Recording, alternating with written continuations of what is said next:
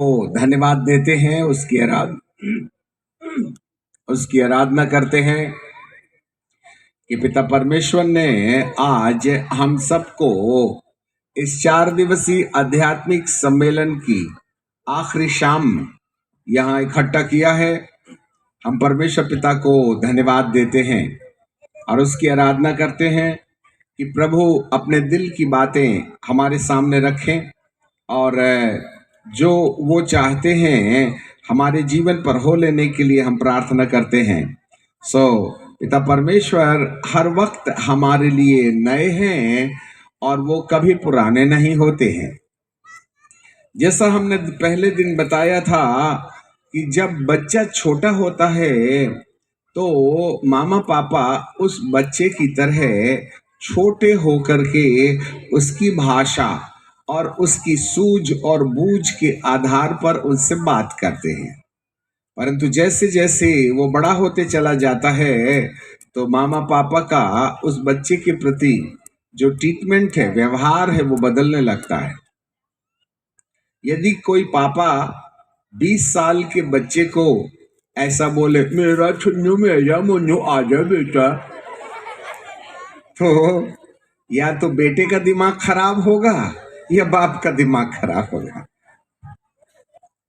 जब हम नए थे तो प्रभु हमसे बच्चों की तरह बात करते थे, चंगाई की बात करते थे, उद्धार की बात करते थे, छुटकारे की बात करते थे, आपको नौकरी लगाने की बात करते थे। परंतु अब जमाना बदल गया है। अब वह चंगाई और छुटकारे की पुरानी बातों से हट करके नई बातें प्रकट किया चाहते हैं। और ऐसे समय में अब हम धरती के उस पड़ाव में आ गए हैं जहां पर चंगाई और छुटकारा और आशीर्वाद और भविष्यवाणी और नाम पुकारना, अपना धंधा और व्यापार को मजबूत और शक्तिशाली बनाना, इस बात का जमाना खत्म हो गया। अब हम उस पड़ाव में हैं जहां प्रभु यीशु मसीह का दोबारा आगमन होने वाला है। एक दिन था जब हम प्रभु यीशु के पैदा होने का पर्व मनाया करते थे, परंतु अब समय आ गया है कि हम प्रभु यीशु के पैदा होने का पर्व मनाने के बजाय प्रभु यीशु को मध्य आकाश में आता हुआ देखने के लिए अपने जीवन की जो तैयारियां हैं उसको हम पूरा कर सकें, क्योंकि वह शीघ्र आने वाला है। इससे पहले हम अपना संदेश शुरू करें, हम एक बार फिर आपसे आग्रह करेंगे कि सब अपनी अपनी जगह में शांत बैठ जाएं और आजू बाजू वाले बच्चों को अपने कंट्रोल में रखें और वॉलंटियर्स लोग इनके साथ रहें और कोई अब आना जाना ना करे, क्योंकि एक बार जब हम शुरू हो जाएंगे तो बीच में हम आपको डांटना नहीं चाहेंगे, जिससे कि हमारा ध्यान आप अपनी ओर एकाग्रचित करें। क्योंकि हमारा जो संबंध है परमेश्वर की आत्मा से है और जो वो बोल रहा है वही हम बोला चाहते हैं। यदि आप बार बार उठ करके आने जाने का कार्यक्रम करिएगा तो हमारा ध्यान परमेश्वर से टूट जाएगा, तो हम हृदय से बात करने के बजाय सिर से बात करना शुरू कर देंगे, तो नुकसान आपका होगा। सब अपनी अपनी जगह में बिल्कुल मूर्त की तरह बैठ जाएं। वॉलंटियर्स लोग भी अब दायां बायां ना करें और कोई भी हरकत ना करें, सब अपनी जगह में बैठ जाएं। हमारी एक ही निवेदन है कि हम बिल्कुल शांत चाहते हैं, ठीक है? आप प्रभु की आवाज सुनिएगा। आइए हम प्रार्थना करें। स्वर्ग और पृथ्वी के बनाने वाले परमेश्वर, हम आपको धन्यवाद देते हैं, आपकी आराधना करते हैं। अपने दास की बुद्धि को अपने नियंत्रण में ले लीजिएगा। जो यहाँ बेफिजूल हरकत करते हैं, अंधकार की शक्तियां इनके माथे को भटकाती हैं और चंचल बनाती हैं और बार बार बाहर ले जाती हैं और बच्चों के अंदर झगड़ा करवाती हैं, और हमारा ध्यान भटकाने वाली उन तमाम बदरूहों को यीशु नासरी के नाम में हम आज्ञा देते हैं, इस मैदान से पलायन कर जाएं। और हे परमेश्वर, आपके अग्नि वाले स्वर्गदूत तलवार लेकर के यहां खड़े हो जाएं और अंधकार की सत्ताओं को, जो इस भीड़ में रहने वाले लोगों के मन को विचलित करती हैं, उन्हें अपने नियंत्रण में ले लें। और बार बार जो उठ करके बाहर जाते हैं, हे परमेश्वर, उनके ऊपर आपका नियंत्रण रहने पाए। और इस समय पिता और पुत्र और पवित्र आत्मा अपने सिंहासन पर बैठकर इस भीड़ के ऊपर अपनी महिमा करने शुरू कर दीजिएगा। अपने दास को अपने हाथों में ले लीजिएगा, न बल से, न बुद्धि से, न ज्ञान से, वरन आपकी आत्मा के द्वारा। आज आखिरी रात है प्यारे पिताजी, आपकी बड़ी महिमा दिखाई देने लगे, ऐसी आप कृपा और दया कर लीजिएगा। आपको महिमा, आदर और सम्मान देते हैं, यीशु नासरी के नाम से मांग लेते हैं, आमीन।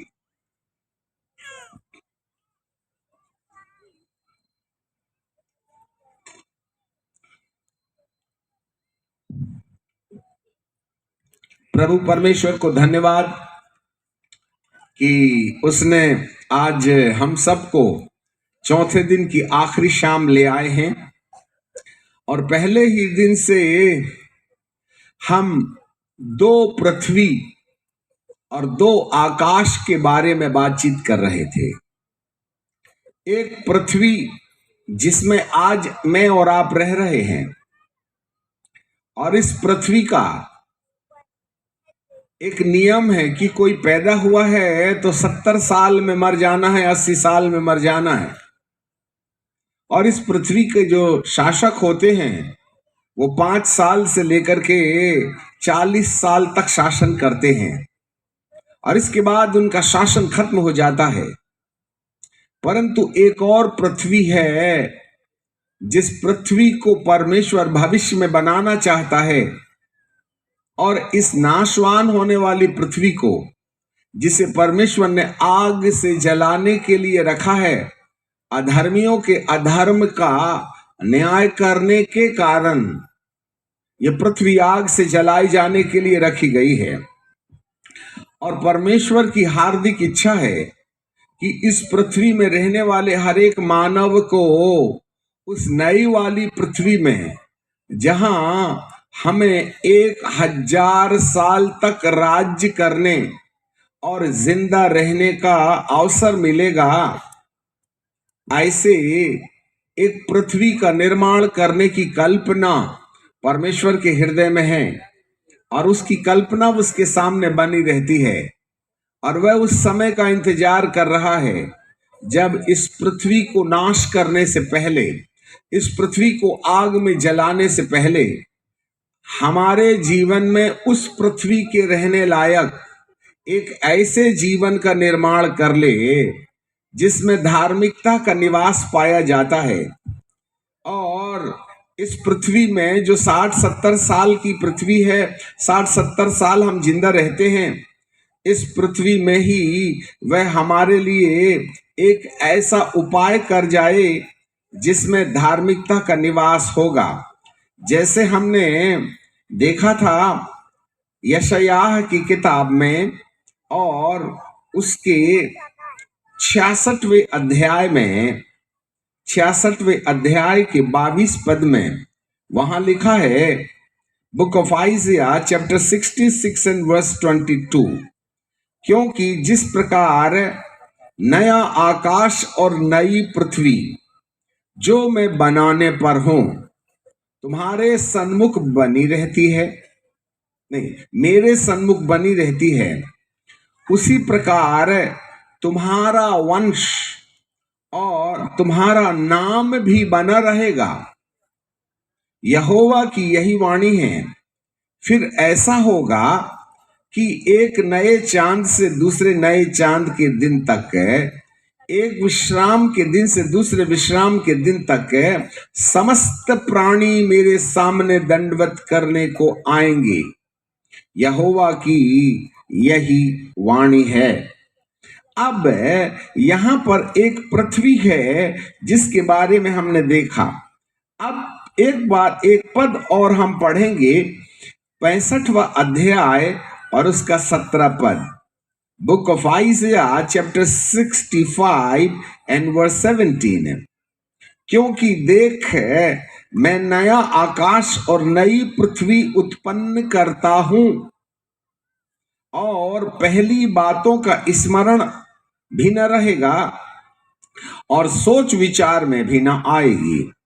इसलिए जो उत्पन्न करने पर हो, इस कारण तुम हर्षित और सर्वदा मग्न हो और सदा सर्वदा रहोगे। क्योंकि देख, मैं यरूशलेम को मग्न और उसकी प्रजा को आनंदित बनाऊंगा। ये है वह जगह जहां नए आकाश और नई पृथ्वी की बात हमने पहले ही दिन देखा था। प्रभु यीशु मसीह का जन्म इस धरती पर चंगाई मात्र देने के लिए नहीं, और पापों की क्षमा के लिए क्रूस पर लटक कर हमारे पापों को क्षमा करके हमको मात्र धर्मी बनाने के लिए नहीं, वरन वह एक ऐसी नई पृथ्वी में हम सब को ले जाकर रख देवे, उस कल्पना में ये सब कुछ करते रहे हैं। हमारी बात को ध्यान से सुन लीजिएगा। मारा गया, गाड़ा गया, जी उठा, चंगाई देगा, नौकरी देगा, शादी करवा देगा, बच्चे दे देगा, ये सब पुरानी बातें हैं। जैसे पुराने जमाने में रेडियो हुआ करता था, आज कोई रेडियो बजाए। पुराने जमाने में टीवी हुआ करता था, अभी टीवी भी चला गया, हमारे पास मोबाइल आ गया है। अब मोबाइल भी धीरे धीरे रिटायरमेंट की तारीख में आ गया है। अब हमारे हाथ में ही RFID चिप लगा दिया जाएगा। और आज हमें एक न्यूज़ मिली जिसमें एक कंपनी ने बहुत से युवकों को 22 साल से लेकर आगे की उम्र वाले युवकों को नेवता दिया कि जो भी व्यक्ति एक ऐसी चिप लगवाना चाहता है जिससे कि उसका 3 बार ऑपरेशन होगा और 3 बार उसको चिप लगाई जाएगी, तब वो जो कुछ भी सोचेगा वह करने लगेगा। वह अपने दिमाग में कल्पना करेगा और बटन टाइप करने लगेगी, और माउस जो है, जो कंप्यूटर का माउस होता है, वह आपसे आप सोचने के द्वारा चलने लगेगा। उसको रीढ़ की हड्डी का कैंसर नहीं होगा, वह सोचेगा और हो जाएगा। उसकी सोचने की क्षमता एक इंसान से कई गुना ज्यादा हो जाएगी। ये लुभाने वाली बातें हैं। ऐसा बोल करके नेवता दिया गया है, और उसकी सुरक्षा उसको कंपनी तक जाने और वो वहां तक आने जाने का किराया भी कंपनी वहन करेगी।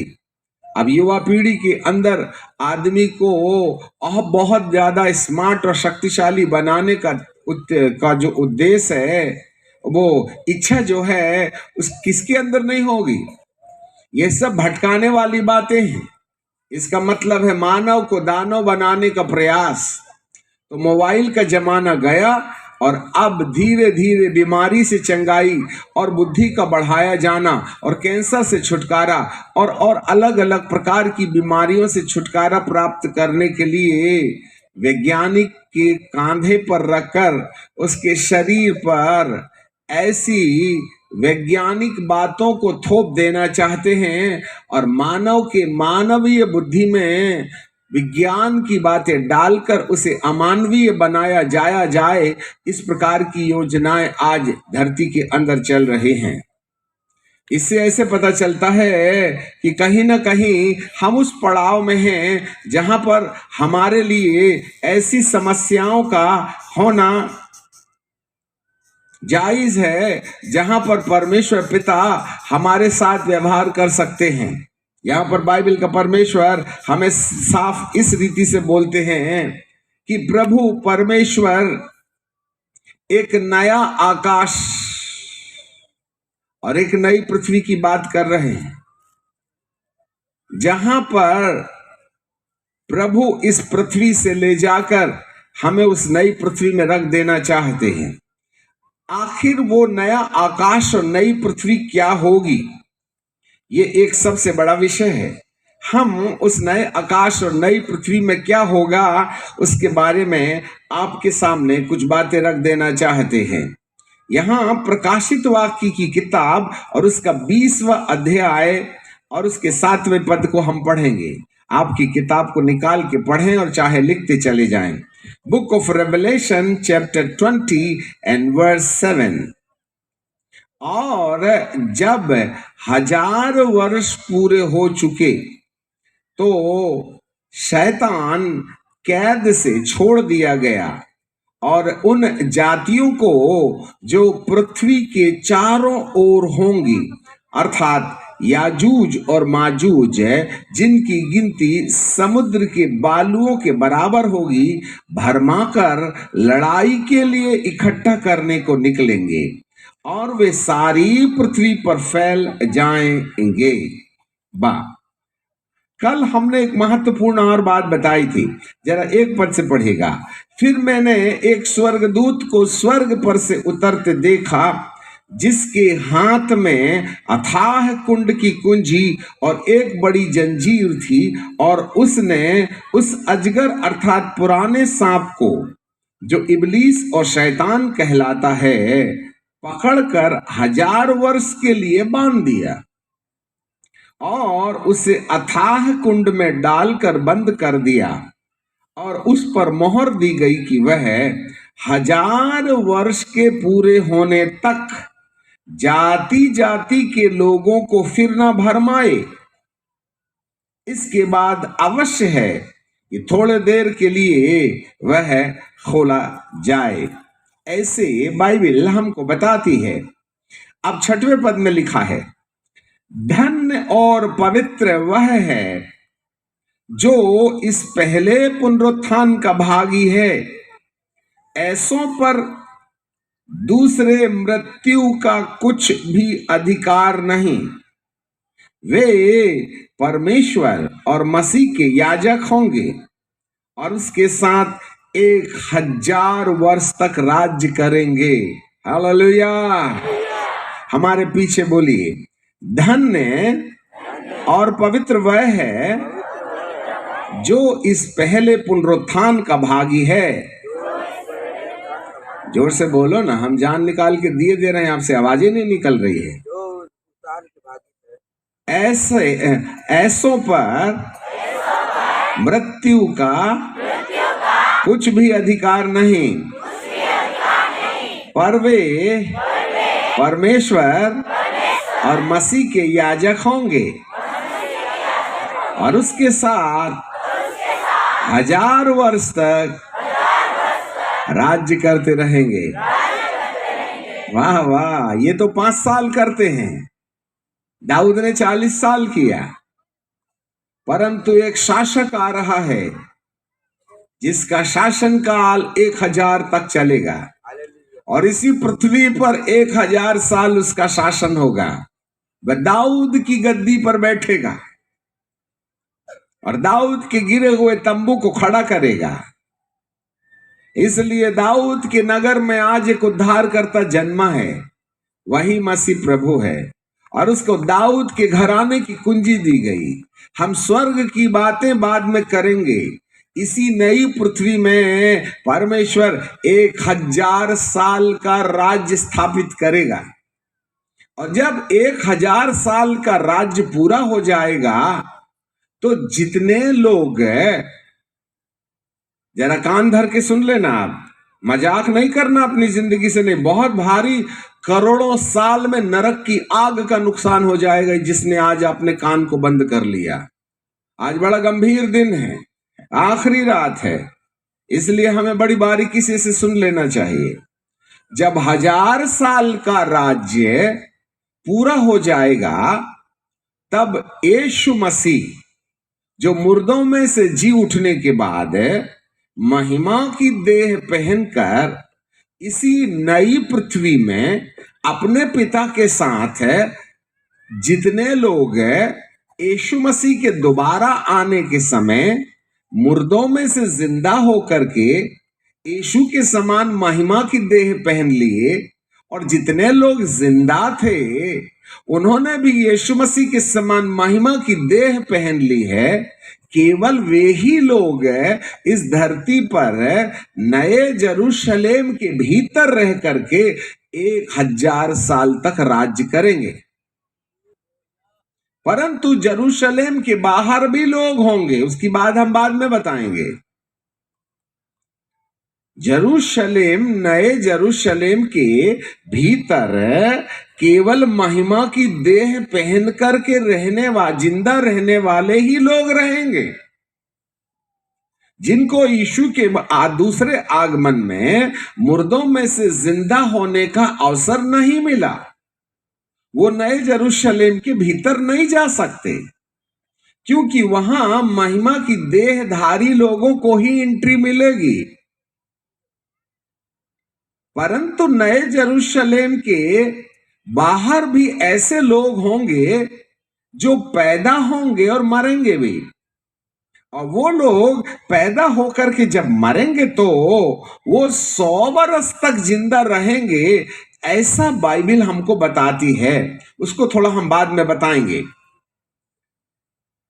अब जितने भी लोग नए जेरूशलेम के भीतर रहते हैं, जिनको प्रभु ने मुर्दों में से जिंदा कर लिया है, कैसे? हम एक दो पद आपके लिए पढ़ लेंगे। पहला थिस्सलुनीकियों की किताब और उसका 4 अध्याय और उसका 16 पद है। पहला थिस्सलुनीकियों की किताब 4 अध्याय उसका 16 पद है, जहां पर ऐसे लिखा है, क्योंकि प्रभु आप ही स्वर्ग से उतरेगा, क्योंकि प्रभु आप ही स्वर्ग से उतरेगा, उस समय ललकार और प्रधान दूत का शब्द सुनाई देगा और परमेश्वर की तुरी फूंकी जाएगी, और जो मसीह में मरे हैं वे पहले जी उठेंगे।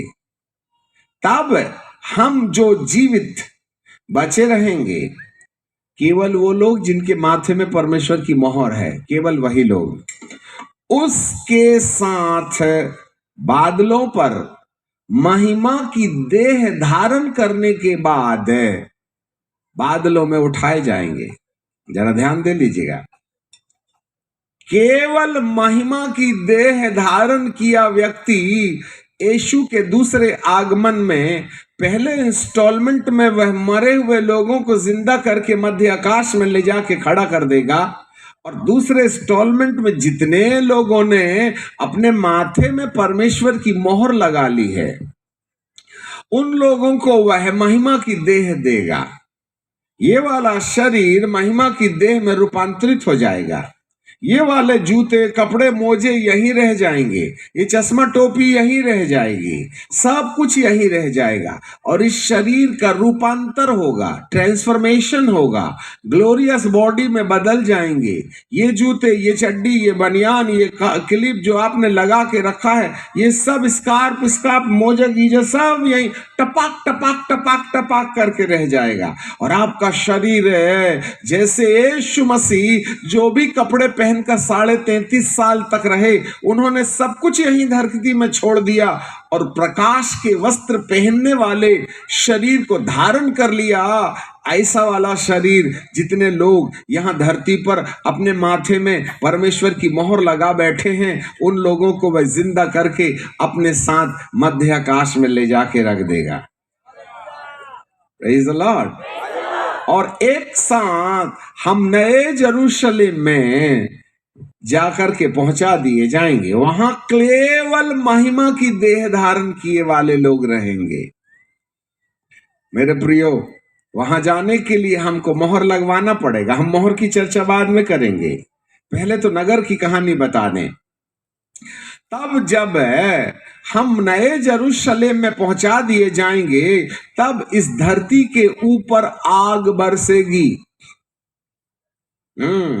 जैसे सदोम और गमोरा के दिनों में आसमान से आग बरसी, वैसे इस धरती के ऊपर आग बरसेगी। हर सुसमाचार के आखिरी अध्याय के 2 अध्यायों पहले, चाहे मत्ती का 24 अध्याय हो, चाहे लूका का 21 अध्याय हो, इन सारे अध्यायों के अंदर महाविनाश की कहानी लिखी हुई है। हाँ, सूरज काला हो जाएगा, चांद का प्रकाश जाता रहेगा, आकाश से तारे ऐसे गिरेंगे जैसे कच्चे अंजीर के फल पेड़ से जमीन पर गिरते हैं। ऐसा कुछ होगा।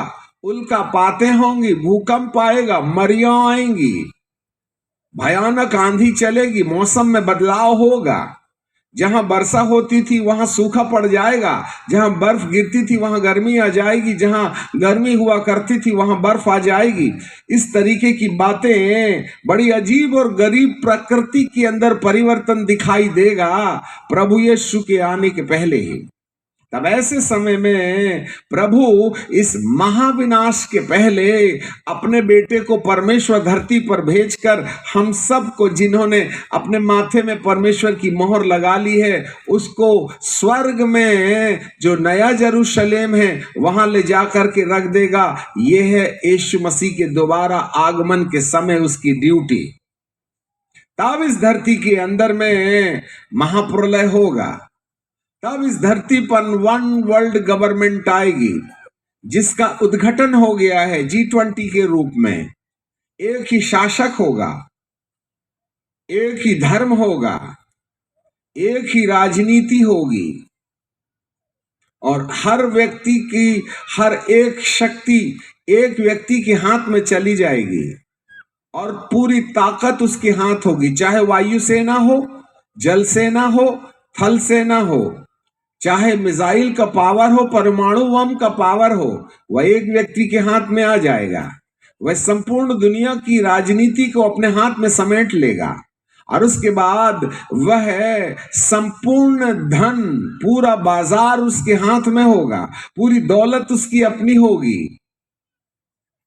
और इसके बाद संपूर्ण धरती पर एक ही धर्म बनाने का वो प्रयास करेगा। और अब धीरे धीरे हर देश अपने लिए एक धर्म स्थापित करने के आंदोलन में खड़ा है। ये एक संकेत है कि अब धरती पर जरूर कहीं ना कहीं प्रभु यीशु के आने के पहले विनाश के संकेत दिखाई दे रहे हैं। इसलिए सावधान हो जाना चाहिए। मोबाइल से दूरियां बनाएं, अंधकार के कामों से अपने आप को दूर रखें। जी हाँ, ऐसे समय में 7 साल पर इस धरती पर महाक्लेश काल होगा। वो शासक इंसान को कंप्यूटर के द्वारा गुलाम बना लेगा। एक जमाना था जब चेन डाल के, हमको हथकड़ी डाल के गुलाम बनाया जाता था, परंतु अब चिप प्लांट करके हमको गुलाम बनाया जाएगा।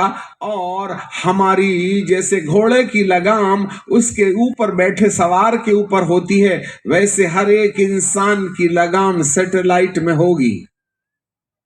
वहां से वह शासक अपने कंप्यूटर से हर एक इंसान पर शासन करेगा। और चिप लगाने का कार्यक्रम इसी साल 2024 से शुरू हो जाएगा। हम 2023 के आखिरी में ये बात कहा करते थे कि इतनी जल्दी हो नहीं सकता है, लोगों का विचार था। पर अब आप पेपर उठा के देख लीजिएगा, बीमारी से छुटकारा पाने के बहाने चिप प्लांट की प्रैक्टिस दी जा रही है। अभी एक हीरोइन ने अपने आप को मरने का ड्रामा किया और चिप लगाने के बाद जिंदा होने का ड्रामा कर दिया, जिससे कि ऐसे विख्यात और प्रसिद्ध परिचित व्यक्तित्व के द्वारा, जिनको रीढ़ की हड्डी में कैंसर होता है, उससे बचने के उपाय में लोग चिप लगाने का प्रयास करें। आखिरकार उसने ये तो कह दिया कि मुझे तो बहुत पहले से बहाना दिया गया था कि मैं इस प्रकार का एक्टिंग करूं कि मर गई और जिंदा हो गई। चिप ने मुझे जिंदा कर दिया है, जिससे कि हम भोले भाले लोगों के दिमाग में अगले पड़ाव में ये जो RFID चिप है उसकी तैयारी की जा सके। यार कान धर के सुन लीजिएगा, यदि मेरे यीशु के आने के समय आप उठाए नहीं गए तो जो बात आज हम बोल रहे हैं वह सब हमारी आंखों में देखने को मिलेगा। और इस समय हमारे लिए छुटकारे का समय जाता रहेगा। इसलिए मेरे प्रियो, इससे पहले कि आप इस धरती पर छोड़ दिए जाएं, प्रभु यीशु के दोबारा आने के पहले हमें अपने जीवन की तैयारी कर लेनी चाहिए, जिससे कि हमारे प्रभु हमारे माथे पर परमेश्वर की मोहर देखने के बाद वे हमें मध्य आकाश में उठाकर ले जाएं और नए यरूशलेम के उस नगर में जाकर स्थापित कर दें। तब इस धरती के विनाश के लिए 7 साल लगेगा। प्रथम 3.5 साल एक शासक इस धरती के हर मानव पर अपना निशान लगाने का प्रयास करेगा और उसको झूठी शांति का संदेश देकर, क्योंकि प्रकाशित वाक्य के 6वें अध्याय में और उसके 1 पद में जो किताब परमेश्वर पिता ने अपने हाथ में रखी थी उसमें 7 मोहरें थीं और 7 मोहरों में से एक मोहर खोली गई। और जब पहली मोहर खोली गई तो 4 स्वर्गदूतों में से एक स्वर्गदूत ने आवाज लगाकर कहा, तब एक श्वेत घोड़ा आया और उस श्वेत घोड़े के ऊपर एक सवार था जिस सवार के सिर में मुकुट था। यदि मैं आपके लिए पढ़ लूं प्रकाशित वाक्य की किताब और उसका 6वां अध्याय। फिर मैंने देखा, मेमने ने उन 7 मोहरों में से एक को खोला और उन 4 प्राणियों में से एक के गर्जन का शब्द सुना कि आ। मैंने दृष्टि की और देखो, एक श्वेत घोड़ा है और उसका सवार धनुष लिए हुए है। उसे एक मुकुट दिया गया और वह जय करता हुआ निकला कि और भी जय प्राप्त करे। ये 3.5 साल की कहानी पहली मोहर में संपन्न हो जाएगी, पूरी हो जाएगी। एक झूठा शासक खड़ा होगा जिसके बारे में हमने कहा था वह स्त्री से तो जन्मेगा परंतु उसके बाप का नाम धरती पर नहीं होगा, वरन मध्य आकाश की शैतान की शक्तियां किसी कन्या को गर्भवती करके उससे एक बालक को जन्म देंगी और वह आधा मानव और आधा दानव होगा। जी हां, जब कभी भी एक आधा मानव आधा दानव यूएन गवर्नमेंट का प्रेसिडेंट बन जाए तो मान के रख लेना तृतीय विश्व युद्ध तय है। वह हिटलर के समान एक तानाशाह शासक होगा। यही है 7 साल के अंदर 3.5 साल के काल में एक श्वेत घोड़े पर बैठा हुआ सवार जिसके हाथ में धनुष। आगे नहीं बोलना चाहिए। जिसके हाथ में धनुष और उसे एक मुकुट दिया गया और वह जय प्राप्त करने के लिए निकला था और पहली बार वो जय प्राप्त कर भी लेगा, परंतु और भी जय प्राप्त करना उसकी मनसा होगी। परंतु ये थोड़ा कठिन सा लगेगा परंतु करेगा जरूर वो। जिसके कान हो वह सुन ले आत्मा कलीसिया से क्या कहता है। और इसके बाद जब 3.5 साल का काल पूरा हो जाएगा तब दूसरा महाक्लेश काल आएगा और इस भयानक महाक्लेश काल में भयावह परिस्थितियां होंगी। इसी बीच में एलिया बाबा और मूसा बाबा को इस 7 साल के महाक्लेश काल के बीच में भेजा जाएगा जो बचे हुए लोगों को वापस लौटने के लिए प्रेरणा देंगे। हम उसमें आज नहीं जाएंगे, बट एट लास्ट परमेश्वर इस धरती को आग में झुलसा करके नाश कर देगा और इस 7 साल में बचे हुए लोगों में से जितने लोग परमेश्वर की मोहर लगवाने के लिए शैतान की मोहर को नहीं लगाएंगे उनकी गर्दन काटी जाएगी। जरा कान धर के सुन लेना। जब आज मौका है तो यीशु के आगमन के समय मुर्दों में से जिंदा होने की जो क्वालिटी है, जो संपत्ति है, उसको जमा कर लें। और यदि आपको यीशु के आने के पहले मोहर लगाने का कार्यक्रम पूरा नहीं हुआ और आप मोबाइल को अंधाधुंध बटन दबाते रहे और बॉयफ्रेंड और गर्लफ्रेंड करते रहे और अपनी जिंदगी में देह वासना में लुप्त होकर के अपनी जिंदगी को बर्बाद करते रहे, ऐसे लोगों के लिए वो अवसर समाप्त हो जाएगा कि आप यीशु के दूसरे आगमन में बदल जाएं।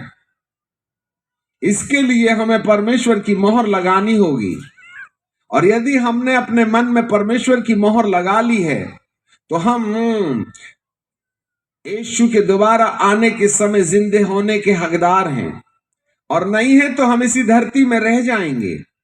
और उन समयों में भी एक मौका और होगा 7 साल के महाक्लेश काल में, 90, 99, 80% धरती के अंदर विश्वास करने वाले रह जाएंगे।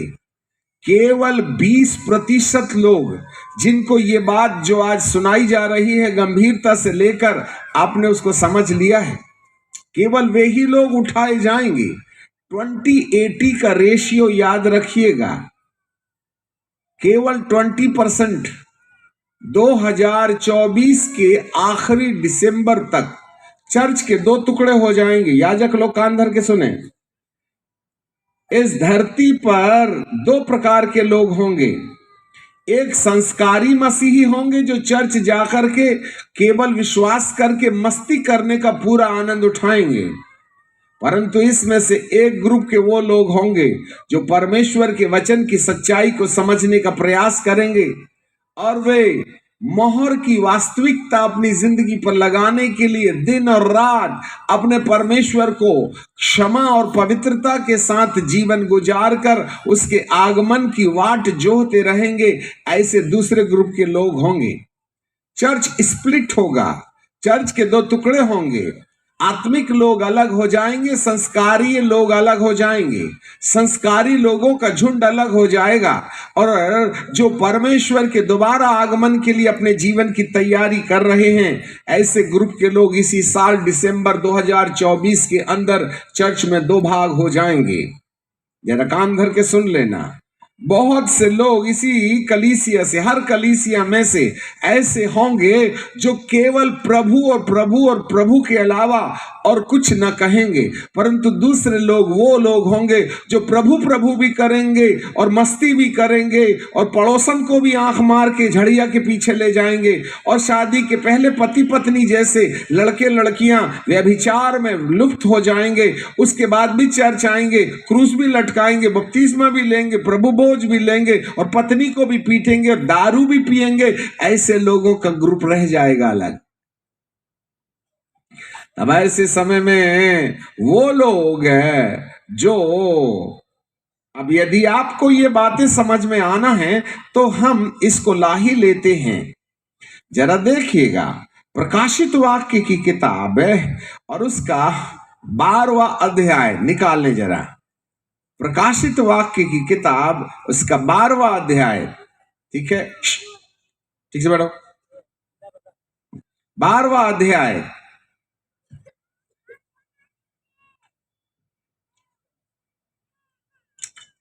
फिर स्वर्ग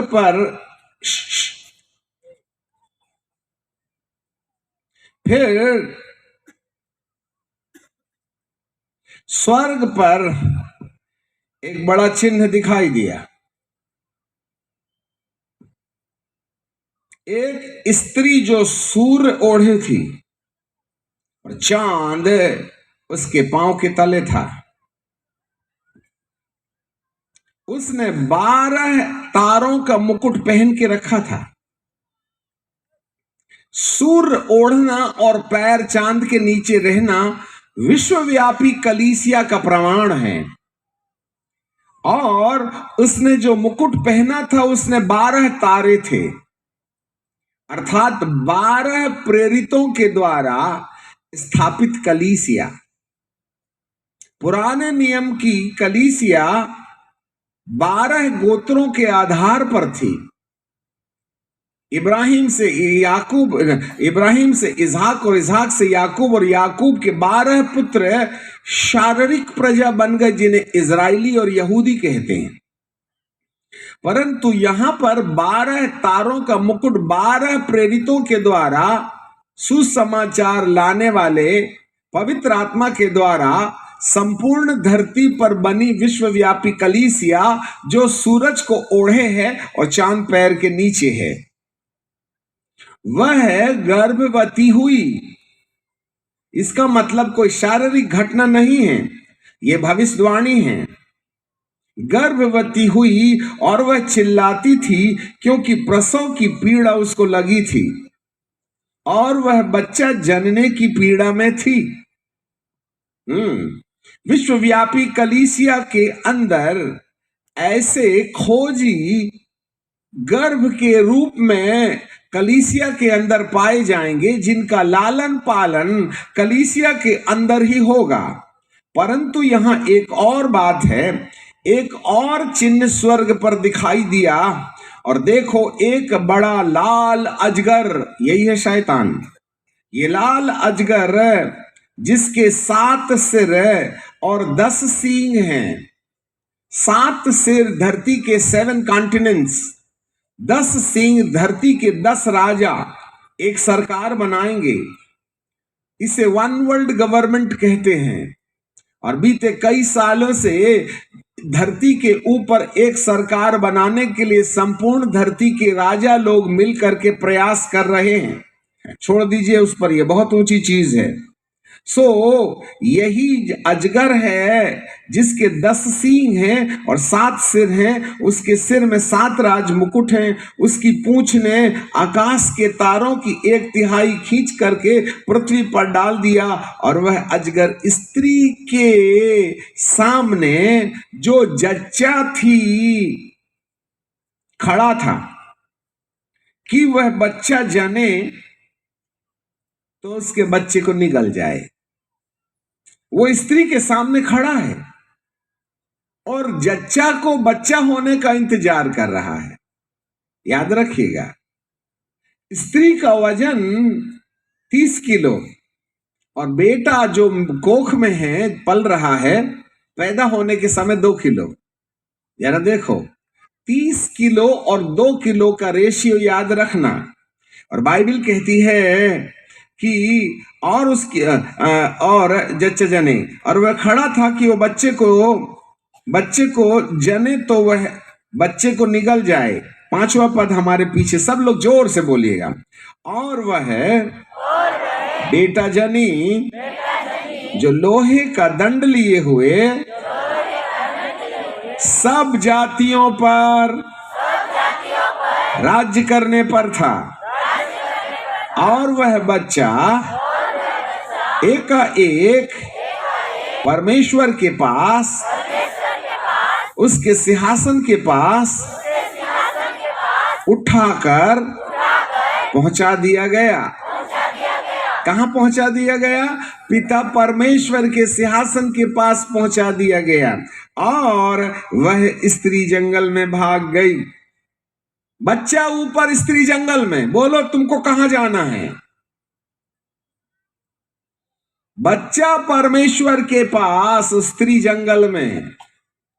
बच्चे का वजन 2 किलो, स्त्री का वजन 30 किलो। 30 और 2 किलो के रेशियो में ही धरती पर रहने वाले और ऊपर जाने वालों की संख्या होगी। आज ऐलान को सुन लीजिए विश्व के लोगों, समस्त यीशु मसीह को मानने वाले और चर्च जाने वाले यीशु के आगमन के समय मुर्दों में से जिंदा नहीं होने वाले हैं, और ना ही जिंदे लोग उठाए जाने के लिए बदलने वाले हैं। बदलने वाले केवल वो होंगे जो इस स्त्री के कोख में बच्चे की तरह होंगे। देखो, परमेश्वर का राज्य बालकों के समान है। बालकों का जीवन, इन बालकों को देखो, हम जभी से देख रहे हैं, एक दूसरे को लात मार रहे हैं, कुश्ती खेल रहे हैं। इनके माँ बाप ने सिखाया नहीं क्या कि सभा में कैसे बैठना चाहिए? ये मुक्केबाजी कर रहे हैं, एक दूसरे का बाल पकड़ के खींच रहे हैं। इन्हें बालकों की उपाधि नहीं दी जा सकती, ये प्रौढ़ हो गए हैं। इन्हें तमीज नहीं है कि भवन में और सभा में कैसे बैठना चाहिए। इनके पिता और माता और इनके याजकों ने सभ्यता नहीं सिखाई।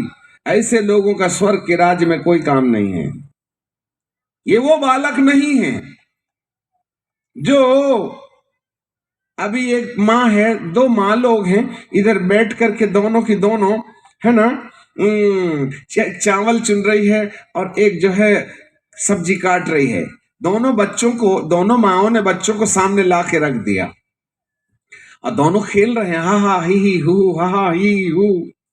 अभी 1 नंबर वाली माँ और 2 नंबर वाली माँ, 1 नंबर वाली माँ का बच्चा 2 नंबर वाली माँ के गोद में बैठ गया, तो 2 नंबर वाली माँ का बच्चा क्या बोलेगा? जरा बताइए तो सही। बैठ ले, कैसा मजा आता उतरने के बाद बताना।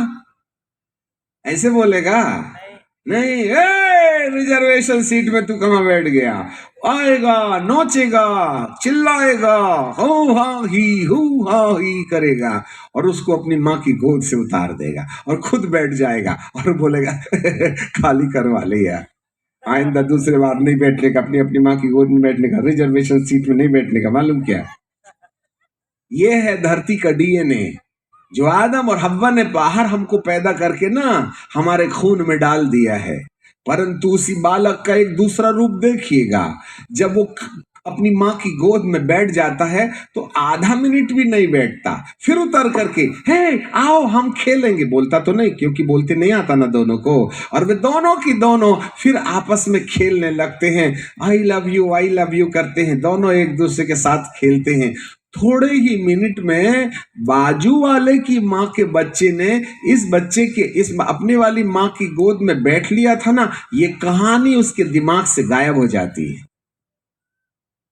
उनको भूलने की आदत है, वे दोनों फिर खेलने लगते हैं।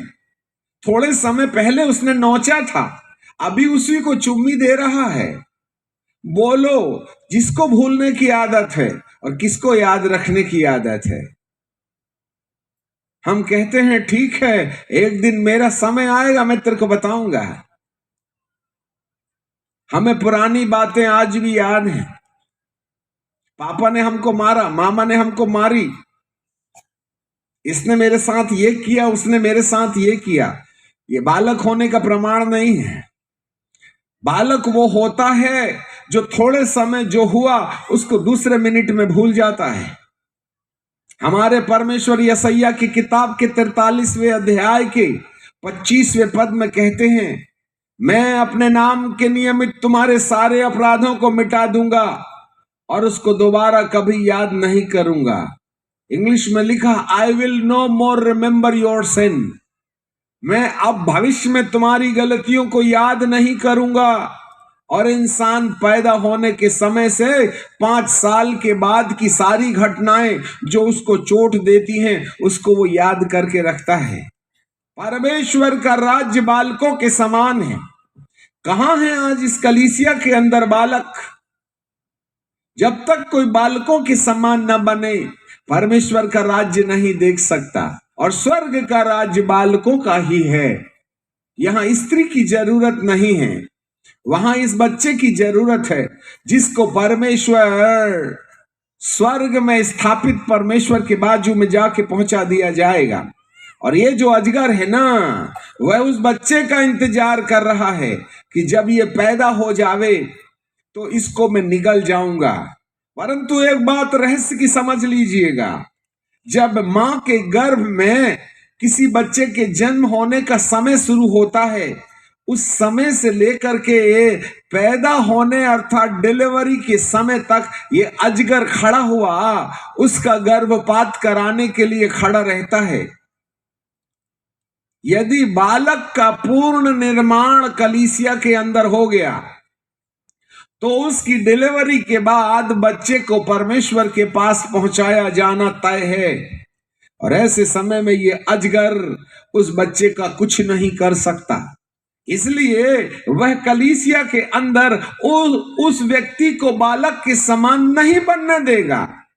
चाहे वह 1 महीने में गर्भपातित हो जाए या 2 महीने में या 4 महीने में या 6 महीने में या 7.5वें महीने में या 8वें महीने में, यदि किसी कलीसिया में किसी व्यक्ति का आत्मिक लालन पालन 9 महीने तक पूरा हो गया तो वह उस बच्चे की तरह हो गया है जिसको अब परमेश्वर अपने बेटे यीशु को धरती पर भेजने के द्वारा उसे नए यरूशलेम में पहुंचाने के काबिल समझते हैं।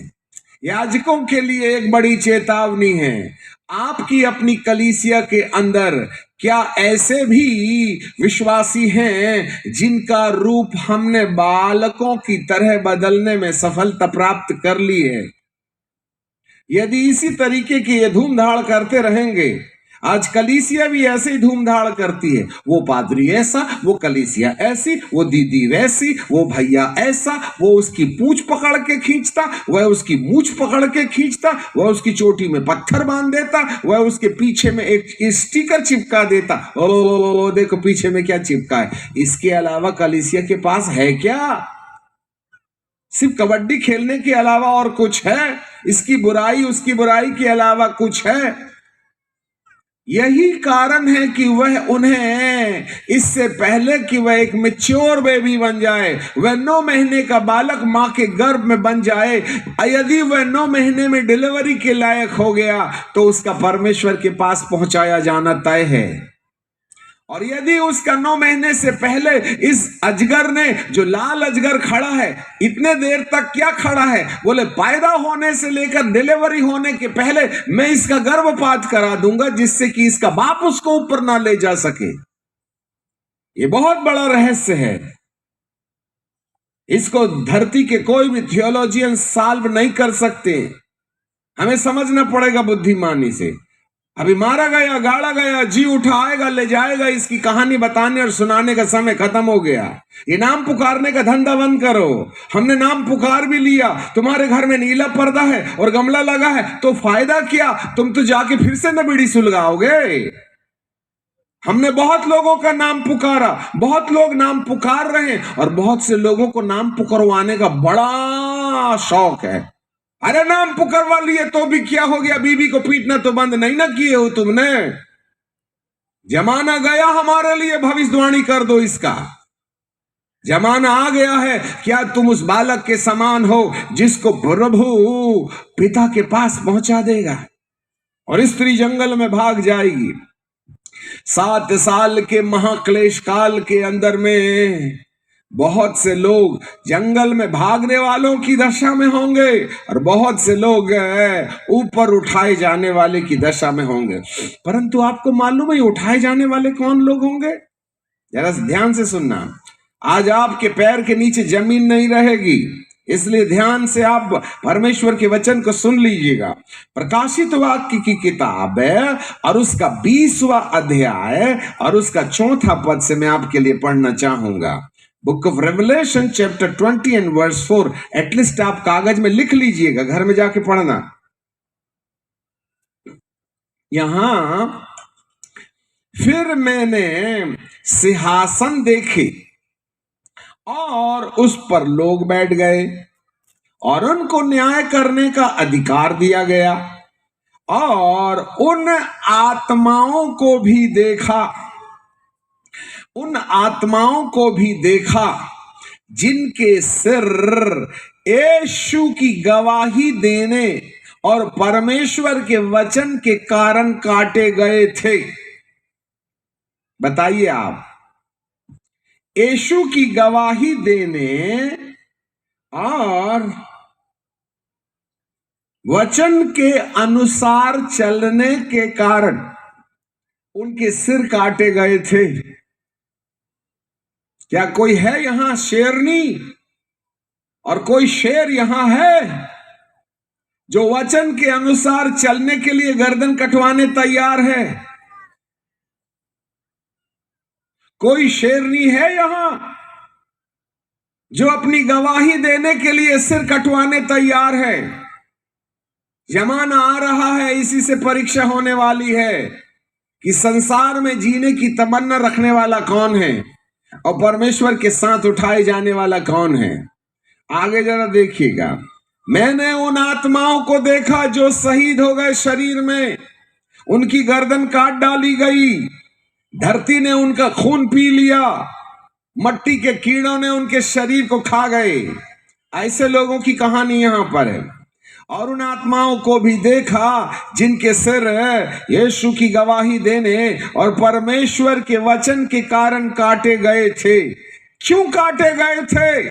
आगे जरा कारण मिलेगा। हमारे पीछे सब लोग ऊंची आवाज से बोलिए, जिन्होंने ना उस पशु की और ना उसकी मूरत की पूजा की थी और ना उसकी छाप अपने माथे में और हाथों में ली थी।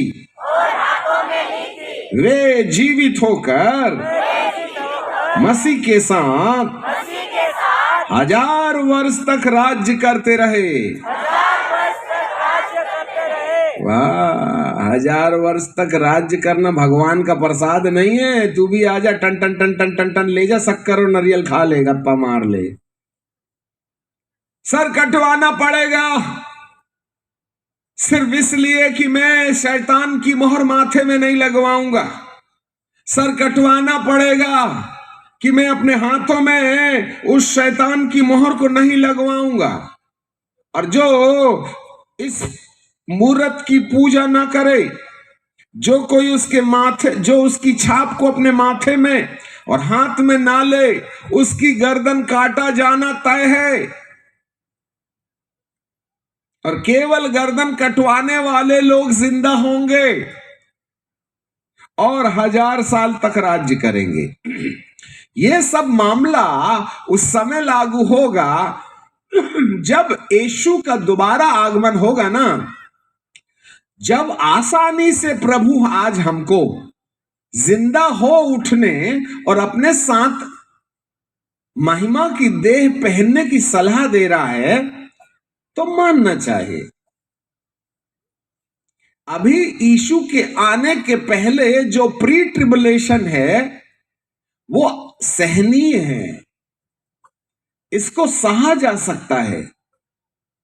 परंतु जब यीशु मसीह आकर के बालक वाली लिस्ट में उन लोगों को, जो 20% लोग हैं, इस धरती से उठाकर नए यरूशलेम में ले जाएगा, तब 7 साल का महाक्लेश काल होगा।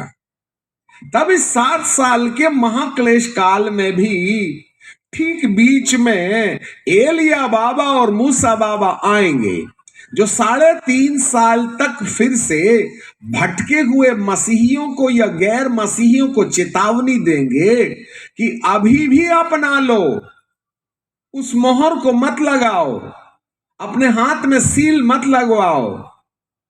और जो लोग सील नहीं लगवाने की बात करेंगे, जो लोग हाथ में मोहर लगवाने की बात नहीं करेंगे, उनको जिंदा तलवार से काट डाला जाएगा। यदि आपने सिर कटवा लिया, शरीर मट्टी में मिल गया, आत्मा परमेश्वर के सिंहासन के नीचे शहीदों की लिस्ट में आपके विश्राम में रख दी गई, तो ऐसे लोगों को भी मुर्दों में से जिंदा होकर के 1000 साल तक राज्य करने का आखिरी मौका मिलेगा। परंतु मेरा कहना यह है कि यीशु के आने के समय जब मुर्दे जिंदे हो जाएंगे और जीवित लोग जो महिमा की देह पहन करके जिन्होंने मोहर लगा रखी है, वो जब चले जाएंगे, तो इस आसान वाले रास्ते को छोड़कर तुम 7 साल के महाक्लेश काल में इस स्त्री के समान जंगल में भागना क्यों चाहते हो? गर्दन कटवाने के बाद मिलेगा उन समयों में साल्वेशन तुम्हारा। जब आज हमको आसानी से प्रभु मिल रहे हैं तो पा क्यों नहीं लेते? इसलिए यशायाह की किताब के 66वें अध्याय नहीं 55वें अध्याय में उसके 6वें पद में बाइबल कहती है, जब तक यहोवा मिल सकता है उसको खोजो, और जब तक वह निकट है उसको पुकारो। जब तक वह मिल सकता है, यीशु के दोबारा आगमन के पहले वह तुमको मिल सकता है। परंतु एक समय आएगा जब मुर्दे जिंदे हो उठाएंगे और वे सब परमेश्वर के साथ उठा लिए जाएंगे। उसके बाद में ये मौका चला जाएगा। Today is the day of solvation. जब तक वह निकट है, आज वह हमारे पास है। आज कलीसिया बदल जाए तो यीशु के दोबारा आगमन के लिए रिजर्वेशन कंफर्म किया जा सकता है, परंतु एक दिन समाप्त हो जाएगा। तब आप एसाव के समान जितना भी पश्चाताप करना है कर लीजिए, आपको आपका पहलौठापन वापस नहीं मिलेगा। इसलिए 7 साल के महाक्लेश काल में गर्दन कटवाने के अलावा और कोई दूसरा रास्ता उद्धार का नहीं होगा, और वह बहुत असहनीय होगा। इसलिए कलीसिया को इन समयों में चेतावनी दी जाती है कि वे 7 साल के महाक्लेश काल में उद्धार का इंतजार न करें, नहीं तो वहां गर्दन कटवाने के बाद जिंदा होने का मौका मिलेगा। आज यदि कोई व्यक्ति प्रभु भक्तों की बात, जो दूसरे आगमन के लिए जो हमारी आवश्यक सामग्रियां हैं, उसको जीते जी इकट्ठा कर लेगा, तो वह आसानी से यीशु के मुर्दों में से, यीशु के आने के समय मुर्दों में से जी उठने की लिस्ट में आ गया, तो वह उस बालक की तरह होगा जो 2 किलो का होगा। आपको मालूम हो, वे स्त्री जंगल में भाग गई। एक बड़ी भारी मसीही लोगों की संख्या जो चर्च में जाती है, जिन्होंने बपतिस्मा ले लिया है, वे यीशु के दोबारा आगमन के समय इसी धरती पर रह जाएंगे। इसलिए ये मत समझ लेना कि आप सैक्रेमेंट लेते हैं, प्रभु भोज लेते हैं, चर्च जाते हैं, 10-20 नोट डाल आते हैं, मीटिंग में जाते हैं, ऐसा करना बहुत अच्छा है, परंतु ये आपके उद्धार का रास्ता नहीं है। हमें कहीं ना कहीं परमेश्वर की मोहर लगानी है। जी हाँ, ऐसा करके जो पहले इंस्टॉलमेंट में यीशु के दोबारा आगमन के समय जिंदा होकर महिमा की देह पहनकर नए यरूशलेम में पहुंचा दिए जाएंगे, तब 7 साल के महाक्लेश काल को इस धरती पर दोहराया जाएगा। उसमें भी चुने हुए लोगों को अलग किया जाएगा, और जो नहीं माना वे आग से झुलसाए जाएंगे, और धरती को परमेश्वर उथल पुथल करेगा। और बिल्कुल आखिरी में ये धरती आग से जलाई जाएगी। परमेश्वर ने इस धरती को आग से जलाने के लिए रखा है। उसमें वे लोग भी होंगे जिन्होंने शैतान की मोहर लगवा ली है। याद रखिएगा, झूठा भविष्यवक्ता और ख्रिस्त विरोधी उन लोगों के साथ जिन्होंने मूरत की पूजा की है। मूरत कोई मूरत नहीं है, ये वन वर्ल्ड गवर्नमेंट है। उसके कानून के आधार पर अपने माथे पर मोहर लगाना, और वैक्सीन माथे पर मोहर लगाने का पहला शिलान्यास है। ये RFDI चिप लगाने से पहले शरीर में, इस RFDI चिप में एक नियॉन बैटरी होती है, जिसको चार्ज करने के लिए शरीर में कुछ ऐसे केमिकल्स की जरूरत होती है जिसके बिना वो बैटरी चार्ज नहीं होगी।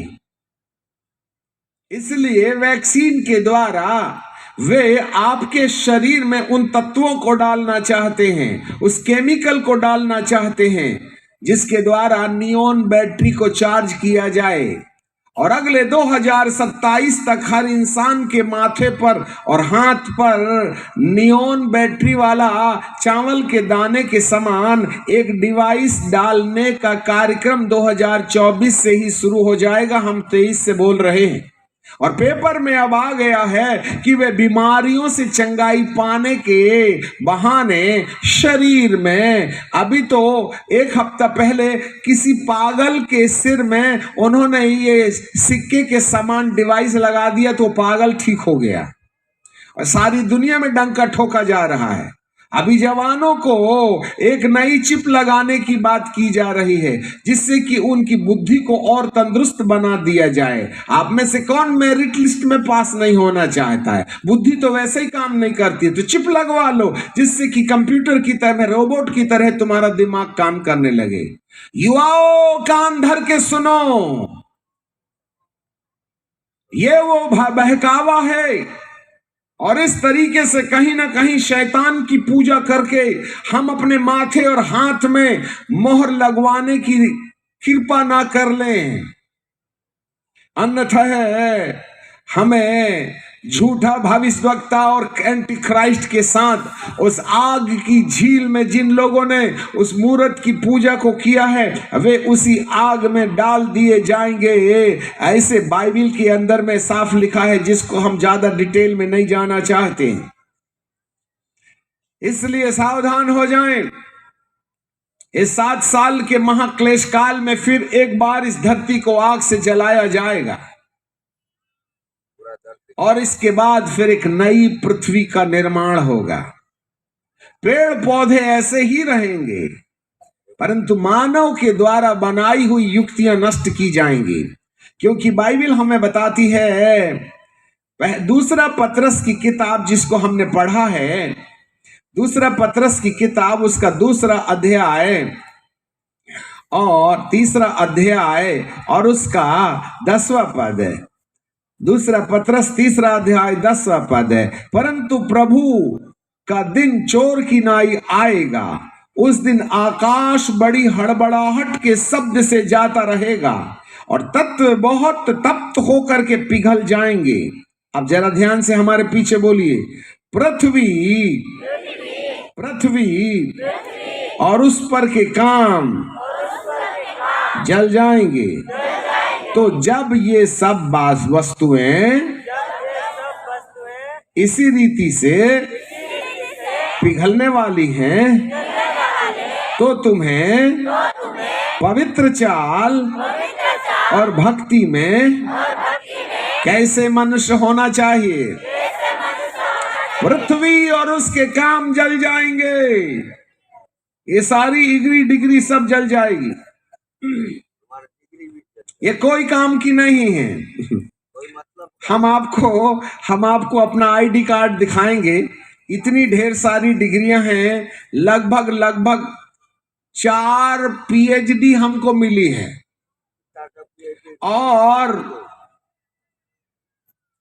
World human right protection commission के नेशनल प्रेसिडेंट है।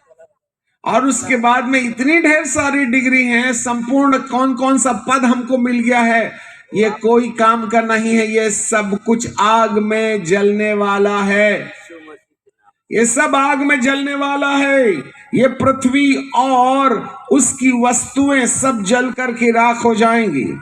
तो हमें कैसे भक्तिहीन, take care of this man, कैसे हमें सावधान और पवित्र जीवन की चाल चलना चाहिए, इस बात पर हमारा ख्याल हो। हालेलुया। अब ये पृथ्वी जलने वाली है, इसके काम भी जलने वाले हैं, ये सब जलने वाला है और वहीं धन बटोर रहे हैं हम, वहीं सब इकट्ठा कर रहे हैं हम, याद रखिएगा। तब इस धरती को जला करके फिर से एक नई पृथ्वी का निर्माण किया जाएगा। ये है वो पृथ्वी जहां पर प्रभु आपको और हमको शिफ्ट करना चाहता है। जब इस पृथ्वी को उथल पुथल कर देगा प्रभु, ध्यान दे लेना, तब जो 7 साल पहले उस नए यरूशलेम में चले गए हैं, वो फिर से नया यरूशलेम इस धरती पर वापस लौट के आएगा। हालेलुया, बोलो यीशु प्रभु की। अब जरा देखिएगा प्रकाशित वाक्य 21 में क्या लिखा है। फिर मैंने नए आकाश और नई पृथ्वी को देखा, और पहला आकाश और पहली पृथ्वी जाती रही और समुद्र भी ना रहा। फिर मैंने पवित्र नगर नए यरूशलेम को स्वर्ग पर से परमेश्वर के पास से उतरते हुए देखा। वह उस दुल्हन के समान थी जिसने अपने पति के लिए श्रृंगार किया हो।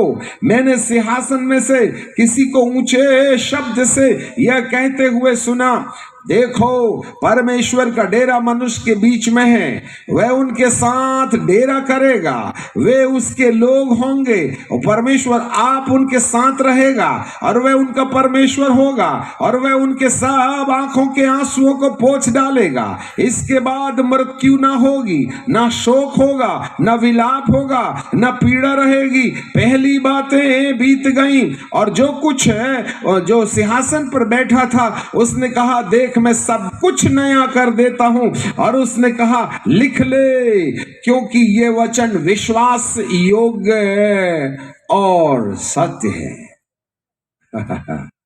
नया यरूशलेम में जितने लोग यीशु के दोबारा आगमन के समय ऊपर उठा करके पहुंचा दिए गए हैं, वो नया वाला यरूशलेम फिर से धरती पर उतर के आएगा।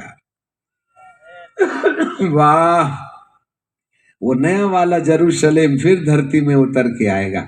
हम वाया स्वर्ग जाके फिर धरती पर लौटेंगे। वाह रे वाह प्रभु, हम पहले महिमा की देह पहन के सीधे ऊपर जाएंगे और 7 साल वहां रहेंगे नए नए यरूशलेम में, और वो नए यरूशलेम के साथ फिर धरती पर आएंगे, और इसी धरती पर परमेश्वर 1000 साल तक राज्य करेगा। इतना बड़ा धन देने प्रभु आया, तुम चंगाई का ही ढोलक बजा रहे हो। मारा गया, गाड़ा गया, जी उठा। अरे सोचो, इतना बड़ा वरदान देने के लिए प्रभु यीशु का जन्म हुआ है। स्वर्गदूत ने मां मरियम के गर्भ में बालक के आने से पहले भविष्यवाणी किया था कि वह परम प्रधान परमेश्वर का पुत्र होगा, और वह याकूब के घराने में सदा राज्य करेगा, और उसके राज्य का अंत नहीं होगा। जिसके राज्य का अंत नहीं होने वाला है, उसको कहीं ना कहीं ऐसे वाले शरीर की जरूरत है जो कभी नहीं मरेगा और ना बूढ़ा होने वाला है, और ना कभी बूढ़ा होने वाला और कभी ना मरने वाला शरीर तो उसी को मिलेगा जो मुर्दों में से जी उठेगा, जैसे यीशु को मिला था। तब हम उस नए यरूशलेम में होंगे। अब जरा देखिएगा, उस नए यरूशलेम में क्या क्या होगा ना, उसको हम देख लेते हैं। ओके, प्रकाशित वाक्य की किताब और उसका 21वां अध्याय और उसके 22वें पद से पढ़ते हैं। ठीक है, 21-22। और मैंने उसमें कोई मंदिर ना देखा। वाह मैंने उस नगर में कोई मंदिर ना देखा, क्योंकि सर्वशक्तिमान प्रभु परमेश्वर मेमना उसका मंदिर है, और उस नगर में सूर्य और चांद के उजियाले का प्रयोजन नहीं। वाह, उस नगर में सूर्य और चांद के उजियाले का प्रयोजन नहीं, क्योंकि परमेश्वर के तेज से उस नगर में उजियाला हो रहा है, और मेमना उसका दीपक है, और जाति जाति के लोग उसकी ज्योति में चलेंगे। अब जरा देखना, इसका मतलब जातियां भी होंगे। हमने कल आपको बताया था स्वर्ग में कोई जाति नहीं होगी, केवल परमेश्वर और उसके पुत्र लोग होंगे। इसका मतलब जाति धरती पर है, हमको यहीं इस धरती पर राज्य करना है 1000 साल तक। वहां भी जातियां होंगी। अब ये जातियां कहां होंगी? ये जातियां यरूशलेम के बाहर चारों तरफ पृथ्वी में होंगी। जरा देखिएगा, आपको देखना है ना, तो 20वें अध्याय में आ जाएं और उसका 7वां पद को देखिएगा। Book of Revelation chapter 20 and verse 7। जब 1000 वर्ष पूरे हो चुके तो शैतान कैद से छोड़ दिया गया। क्यों छोड़ दिया गया भाई साहब? उन जातियों को जो पृथ्वी के चारों ओर होंगी, अर्थात याजूज और माजूज, जिनकी गिनती समुद्र के बालुओं की तरह होगी, भरमा कर लड़ाई के लिए इकट्ठा करने को निकलेगा, और वे सारी पृथ्वी पर फैल जाएंगी और पवित्र लोगों की छावनी अर्थात नए यरूशलेम को, जो पवित्र नगर है, घेर लेंगे, और आग स्वर्ग से उतरकर उन्हें भस्म करेगी, और उनका भरमाने वाला शैतान आग और गंधक की झील में, जिसमें वह पशु और झूठा भविष्यवक्ता है, डाल दिया जाएगा, और वे दिन रात और दिन युग युग पीड़ा में तड़पते रहेंगे। इसका मतलब है जो जातियां यरूशलेम के बाहर रहेंगी वो लोग होंगे जो प्रभु परमेश्वर के तेज में चलेंगे। इनका नाम याजूज माजूज कहा गया है। ये पैदा होने वाले और मरने वाले शरीर में रहेंगे, जिस पर हमको 1000 साल तक रूल करना है। और ये एक व्यक्ति 100 साल तक जिंदा रहेगा, बच्चा मरेगा नहीं, क्योंकि इस पृथ्वी में खुदा बाप का सिंहासन लगा रहेगा ना, इसलिए और शैतान तो पहले कैद कर दिया गया है। और वो तो अथाह कुंड में डाल दिया गया है। इसलिए न किसी को गुस्सा आएगा, न लोभ होगा, न लालच होगा, न पुलिस वाले होंगे, न कोर्ट कचहरी होगी, न सेना होगी। इस पृथ्वी में बड़ा अमन और चैन होगा। ये उसी से तो सीखे हैं सतयुग क्या होता है। अभी तो कलयुग में है, इसके बाद में सतयुग आएगा। सतयुग समझते हैं क्या होता है? कौन देगा ये भी तो पता लगाइए। आएगा, आएगा कैसे आएगा? अपने घर की ठेकेदारी है क्या आ जाएगा? जो लाएगा उसको भी तो समझना पड़ेगा ना। हाँ, याद रखिएगा। यहां पर बाइबल का परमेश्वर कहता है इस धरती में ऐसे लोग भी होंगे जो 100-100 साल जिंदा रहेंगे, परंतु एक दिन शैतान 1000 साल के आखिरी में शरीरधारियों को एक बार फिर भरमाएगा और वे पवित्र नगर यरूशलेम के विरुद्ध खड़े हो जाएंगे 1000 साल के आखिरी में। और परमेश्वर स्वर्ग से आग गिराकर उन तमाम याजूज और माजूज नामक जाति को जो शरीरधारी हैं उनको खाक में मिलाएगा। अभी इनका क्या होगा वो हम थोड़ी देर के बाद बताएंगे। ये जल तो गए हैं परंतु खाक मर नहीं गए हैं ये। अभी इनकी बात बाद में बताएंगे।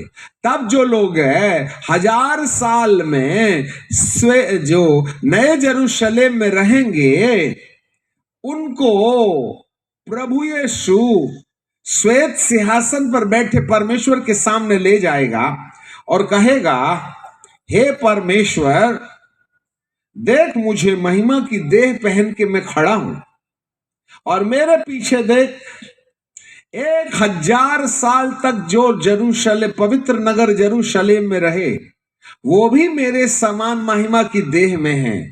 इसलिए मैं और महिमा की देह पहने लोगों को आपके सन्मुख समर्पित करता हूं।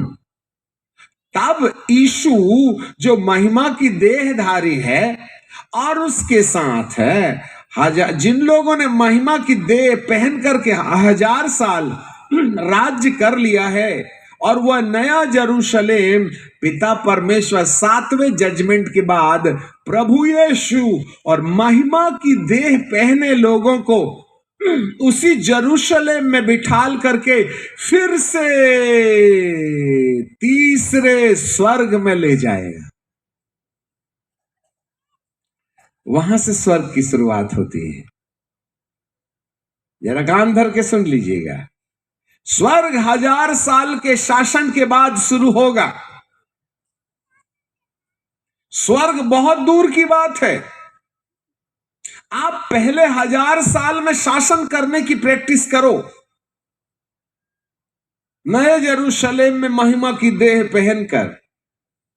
और जितने लोग 1000 साल महिमा की देह पहनकर इस पृथ्वी में नए यरूशलेम में रहकर जीवन बिता चुके होंगे, केवल वे ही लोग अंतिम न्याय के साथ स्वर्ग में पहुंचाए जाएंगे। और ये नया यरूशलेम स्वर्ग में फिर चला जाएगा जहां करोड़ों करोड़ साल तक हम महिमा की देह में वहां रहेंगे।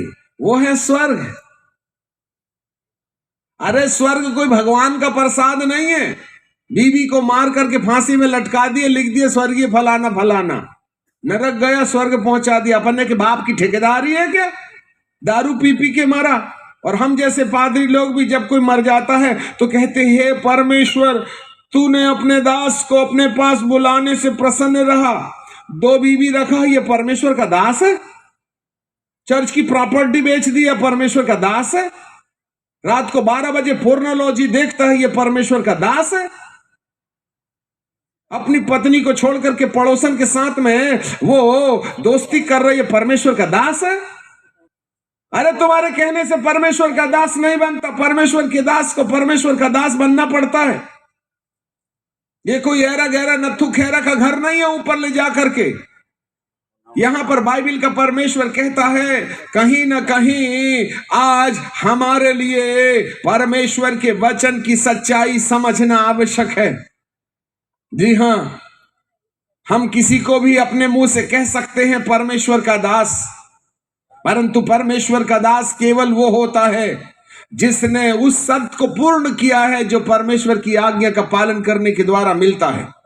जी हां, स्वर्ग कोई भगवान का प्रसाद नहीं है।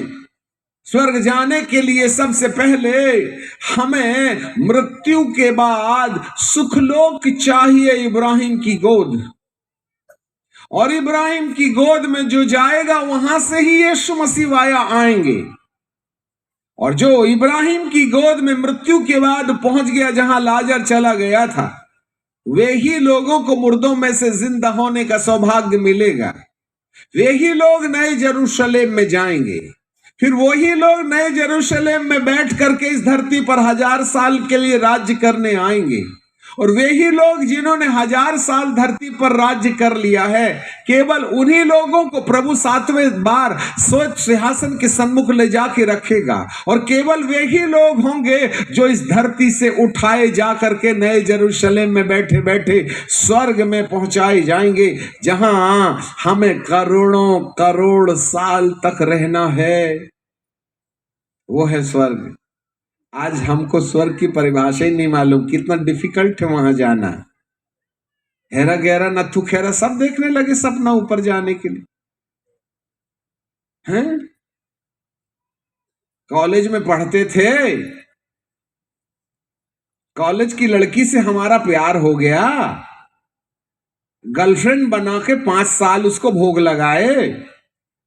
फिर सब जब समाज ने देखा तो शादी करके बहू बना के ले आए। तो रजिस्ट्री मिल गई तुमको अपनी पत्नी के साथ रहने की, पर तुमने पत्नी बनाने से पहले 5 साल जो झड़िया के पीछे उसका साथ शोषण किया था, 5 साल जो तुमने व्यभिचार किए थे गर्लफ्रेंड के साथ में, उसके पापों की क्षमा मांगी क्या? वो तो कर्जा तुम्हारे नाम पर है, इसलिए तो औलादें बिगड़ी पैदा हो रही हैं, क्योंकि तुम धर्मी नहीं हो। विवाह के बाद में सेक्स अनुमति देता है, वो पवित्र है, परंतु विवाह के पहले गर्लफ्रेंड बनाकर के तुमने 5 साल जो उसके तन के साथ खिलवाड़ किया है, मेरे मालिक ने किताबों में ये कहानी लिखी है, इसलिए औलादें बिगड़ी पैदा हो रही हैं। इसकी क्षमा तुमने नहीं मांगी, शादी कर लिया, इसका मतलब पिछले पाप क्षमा नहीं हो गए तुम्हारे, उसकी माफी मांगना पड़ेगा, उसके लिए कीमत अदा करना पड़ेगा। ये कोई आपकी मर्जी नहीं है। नए यरूशलेम में प्रवेश करना, यीशु के दोबारा आगमन में मुर्दों में से जिंदा होना कोई घर का खेल नहीं है कि जाए साहब मैं मान लेता हूं, मुझको चर्च का मेंबर बना दो, नादी नाले में ले जाएं, डुबुक करके बपतिस्मा दे दें और दूसरे दिन से तुमको प्रभु भोज देने लगे तो तुम जाकर के समाज के सदस्य बन जाओ। अरे इस धरती के समाज के सदस्य बन जाओगे, मेरे परमेश्वर के राज्य के सदस्य बनने के लिए पवित्रता की जरूरत है, और उसके पाए बिना संभव नहीं है।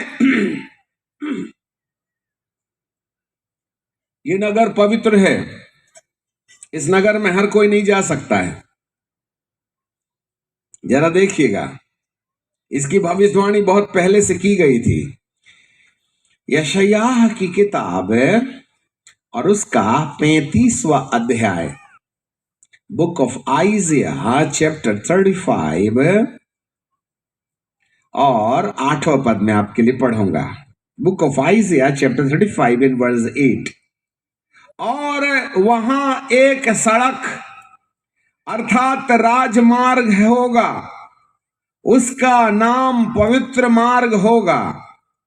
कोई अशुद्ध जन उस पर से ना चल पाएगा, वह तो उन्हीं के लिए रहेगा।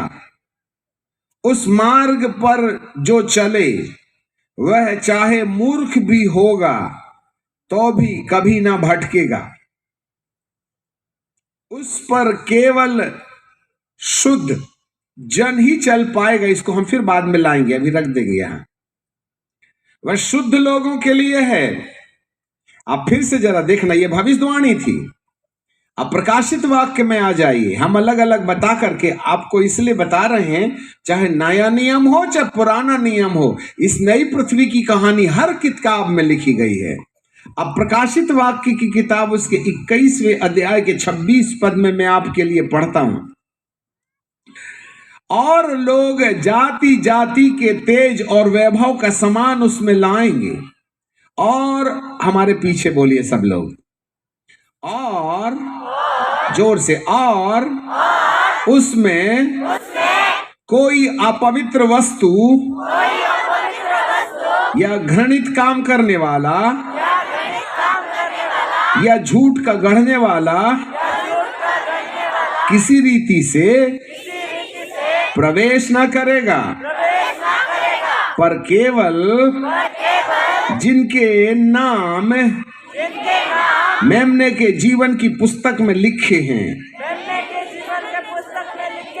अरे वाह, मेमने के जीवन की पुस्तक में नाम लिखवाना, बराबर माथे पर मोहर लगाना, बराबर श्वेत वस्त्र पहनना, ये तीनों चीज का उद्देश्य एक ही है। जिसने, अब एक पद और पढ़ लीजिएगा, वहीं सामने देखिएगा, 22 का 13 12 पढ़ते हैं ना। Book of Revelation chapter 22 and verse 12, देख मैं शीघ्र आने वाला हूं, हर एक के काम के अनुसार बदला देने के लिए प्रतिफल मेरे पास है। आगे हमारे पीछे बोलिए, मैं अल्फा ओमेगा, पहला पिछला आदि अंत हूं। धन्य है वे, जोर से, धन्य है वे, धन्य है वे जो अपने वस्त्र धो लेते हैं, क्योंकि उन्हें जीवन के पेड़ के पास आने का अधिकार मिलेगा, और वे फाटकों से होकर नगर में कौन सा नगर है ये?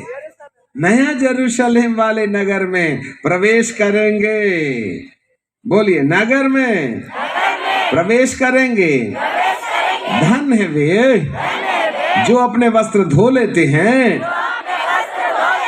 क्योंकि उन्हें जीवन के पेड़ के पास आने का अधिकार मिलेगा, और वे फाटकों से होकर नगर में, नए नगर में, नए जेरूशलेम में प्रवेश करेंगे।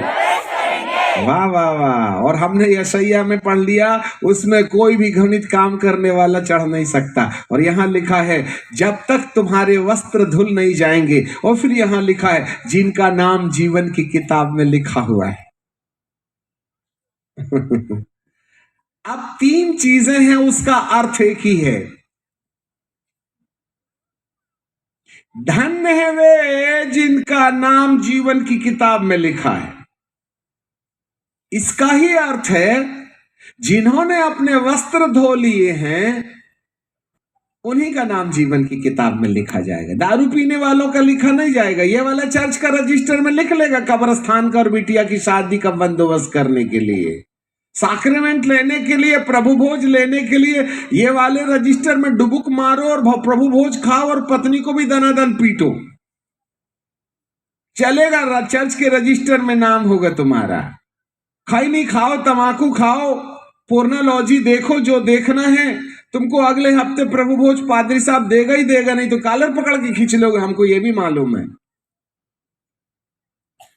परंतु जिस किताब में तुम्हारा नाम होना चाहिए, उस किताब में नाम लिखवाने के लिए धन्य है वे जो अपने वस्त्र धो चुके हैं। ये वस्त्र कोई हमारे रेमंड और दिग्जाम के नहीं है जो सोडा और सर्फ से धोते हैं।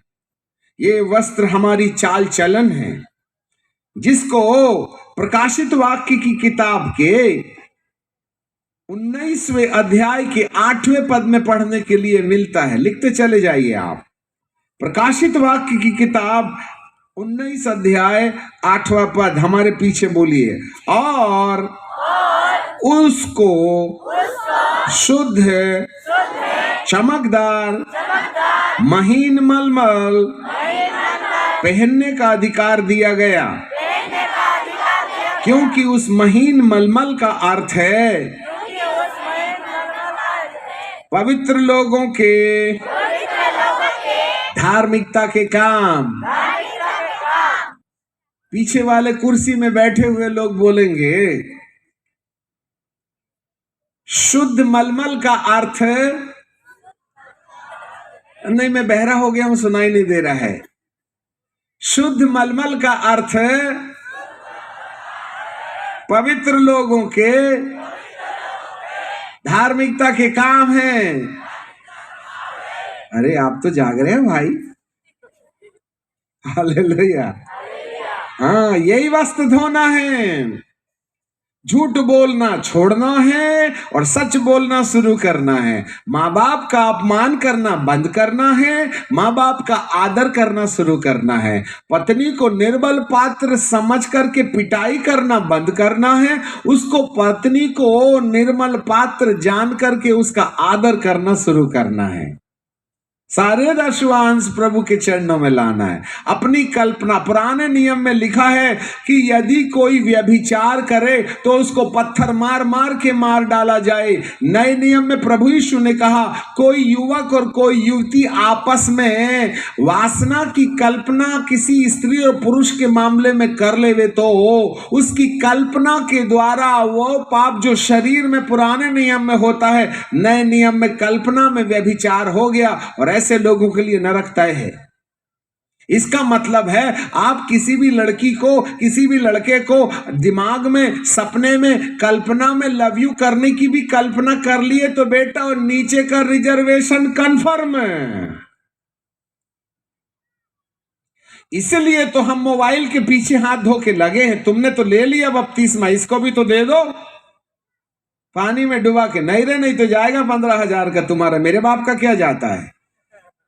इसको शुद्ध करो, इसमें से गंदी बातें निकालो, इसका दुरुपयोग बंद करो, नहीं बहुत महंगा पड़ेगा। अब तुमको नीचे जाना है नीचे जाओ, ऊपर जाना है ऊपर जाओ, मेरे बाप का क्या जाता है। हम तो सलाह देने आए, अभी तो रात को रुकेंगे, सुबह चले जाएंगे। या तो तुम इसी पृथ्वी में रहो या उस पृथ्वी की तैयारी करो।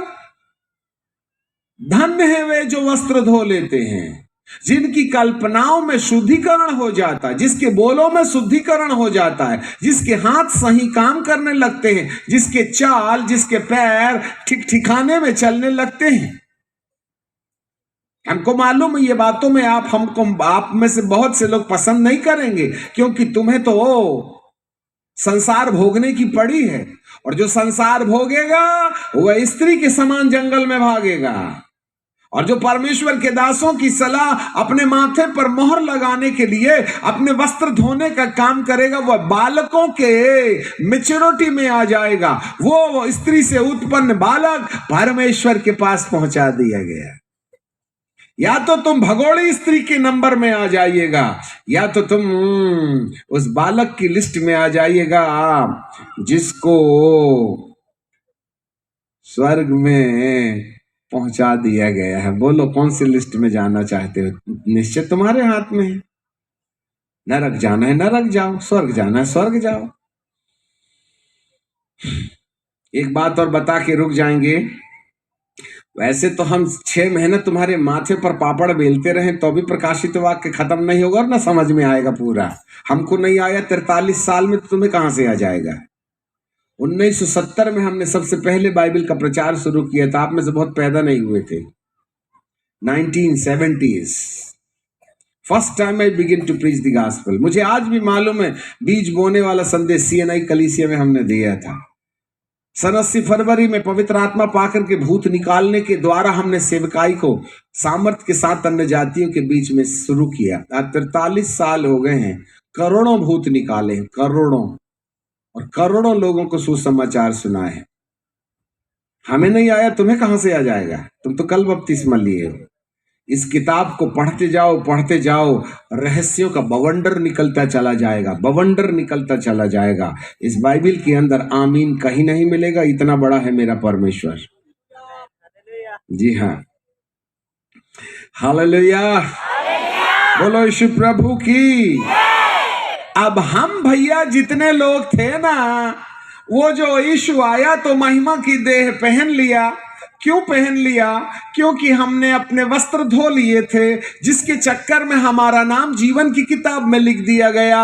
और वस्त्रों के शुद्धिकरण अर्थात जीवन के चाल का बदलाव ही हमारे माथे पर परमेश्वर की मोहर है। 2 मिनट के लिए याजकों को कुछ बता दें, आप चिंतन करते रहना। पुराने नियम में याजक के लिए एक वस्त्र बनाने के लिए परमेश्वर ने बोला था केवल वही याजक लोग जो थे वो पवित्र स्थान और महापवित्र स्थान की सेवा कर सकते थे। सबसे पहले उनको सूक्ष्म सनी की चड्डी पहनाई जाती थी, अंडरवियर। उसके बाद में व्हाइट गाउन पहनाया जाता था जो पैर तक रहता था। उसके बाद में ब्लू कलर का बागा जो घुटने के नीचे तक जाता था, जिसमें सोने की घंटियां थी और उसमें अनार लगे थे। जब वो चलता था तो टन टन टन टन टन टन बजते रहना चाहिए। यदि नीले बागे में घंटी बज रही है तो जिंदा है, और यदि घंटी का बजना बंद हो गया मतलब हो गई छुट्टी, अब रस्सी से पकड़ के खींचो, कमरे में बांध के रखते थे उसका। उसके ऊपर में एक जांग से ऊपर एक बागा पहनाते थे, और वो उस बागे में 4 रंग थे, लाल, नीला और बैंगनी रंग और सूक्ष्म सनी के कपड़े का। उसमें सोने की जंजीरें जड़ी रहती थी। फिर उसके सीने में एक बिल्लस का चपरस था, जिसमें 12 गोत्र के 12 मोती लगे रहते थे, जो 12 गोत्रों के प्रतिनिधित्वता करते थे। फिर 2 सोलेमानी मणि कांधे में रहते थे, जिसमें 6 गोत्रों के नाम लिखे रहते थे। फिर उसके सिर के ऊपर में चौमुखी सूक्ष्म सनी की पगड़ी हुआ करती थी, और सूक्ष्म सनी की पगड़ी के बीच से पीछे से एक नीला रिबन ऐसे करके टैग लगा हुआ रहता था, और वो सीधे पगड़ी से आता था और ये माथे तक लाता था, और माथे में एक सोने का सिक्का लगा रहता था, और उस सोने के सिक्के में लिखा रहता था यहोवा के लिए पवित्र है, होली फॉर गॉड। यहाँ ये है मोहर। तब तक वो याजक के तब तक वो परमेश्वर के पास नहीं जा सकता था। आज कितनों के माथे में सोने का सिक्का नीले रिबन में लटक रहा है, जो सूक्ष्म सनी के कपड़े में जड़ा हुआ है। हमारा दिमाग ठीक है? याजकीय समाज के माथे में सोने का सिक्का लटकता दिखाई देता है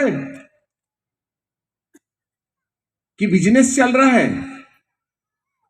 कमीशन कितना बचेगा, मेरा फायदा कितना है, प्रोजेक्ट मिनिस्ट्री। इसलिए तो खुदा सारे FCRA बंद किए दे रहा है। प्रोजेक्ट बंद करो, अपने माथे के अंदर में हिसाब किताब ठीक करो, हाँ की हाँ और ना की ना रहे। हाँ, कई बार हम गाते हैं और भीड़ में देखते हैं कौन सुंदरी बैठी है, इसलिए जब एक सुंदरी हमको पसंद आ जाती है तो बार बार आके वही नजर टिकती, बार बार आके। हमको मालूम है तुम क्या गाना गा रहे हो और किसको लाइन मार रहे हो। ऊपर वाले की आंख को क्या मोतियाबिंद हो गया है? ए सेल्फी ले रहे बाबा, सेल्फी ले रहे। स्टेज को परफॉर्मेंस की जगह मत बनाना, ये कोई परफॉर्मेंस की जगह नहीं है। यहां लियाकत और योग्यता दिखाने वालों का काम नहीं है। अब तक हो गया, आगे वाले दिनों में इसको पवित्र करो। Hallelujah, praise the Lord. हाँ, माथे पर रिबिन, माथे के ऊपर जो टोपी है ना, जो सूक्ष्म सनी का कपड़ा है ना, उस सूक्ष्म सनी के की टोपी के ऊपर एक नीला रिबिन आता है, और उस नीले रिबिन में एक कुंडा लगा रहता है, और उस कुंडे में एक सिक्का लटकते रहता है। जैसे बच्चे लोगों को वो मिलता है ना लैकेट वगैरह, नहीं लैकेट नहीं, क्या बोलते हैं वो इनाम मिलता है ना बच्चे लोगों को, सील, हाँ क्या मिलता है, मैं देख दिमाग से बोल, हाँ मेडल मिलता है, सिल्वर मेडल। अरे माथे में सिल्वर मेडल लगाओ, तुम तो गले में लटकाए थे। खिलाड़ी लोग गले में लटकाते हैं और पवित्र लोग माथे में लटकाते हैं, तब ऊपर का रिजर्वेशन कंफर्म होता है भाईजान। हालेलुया।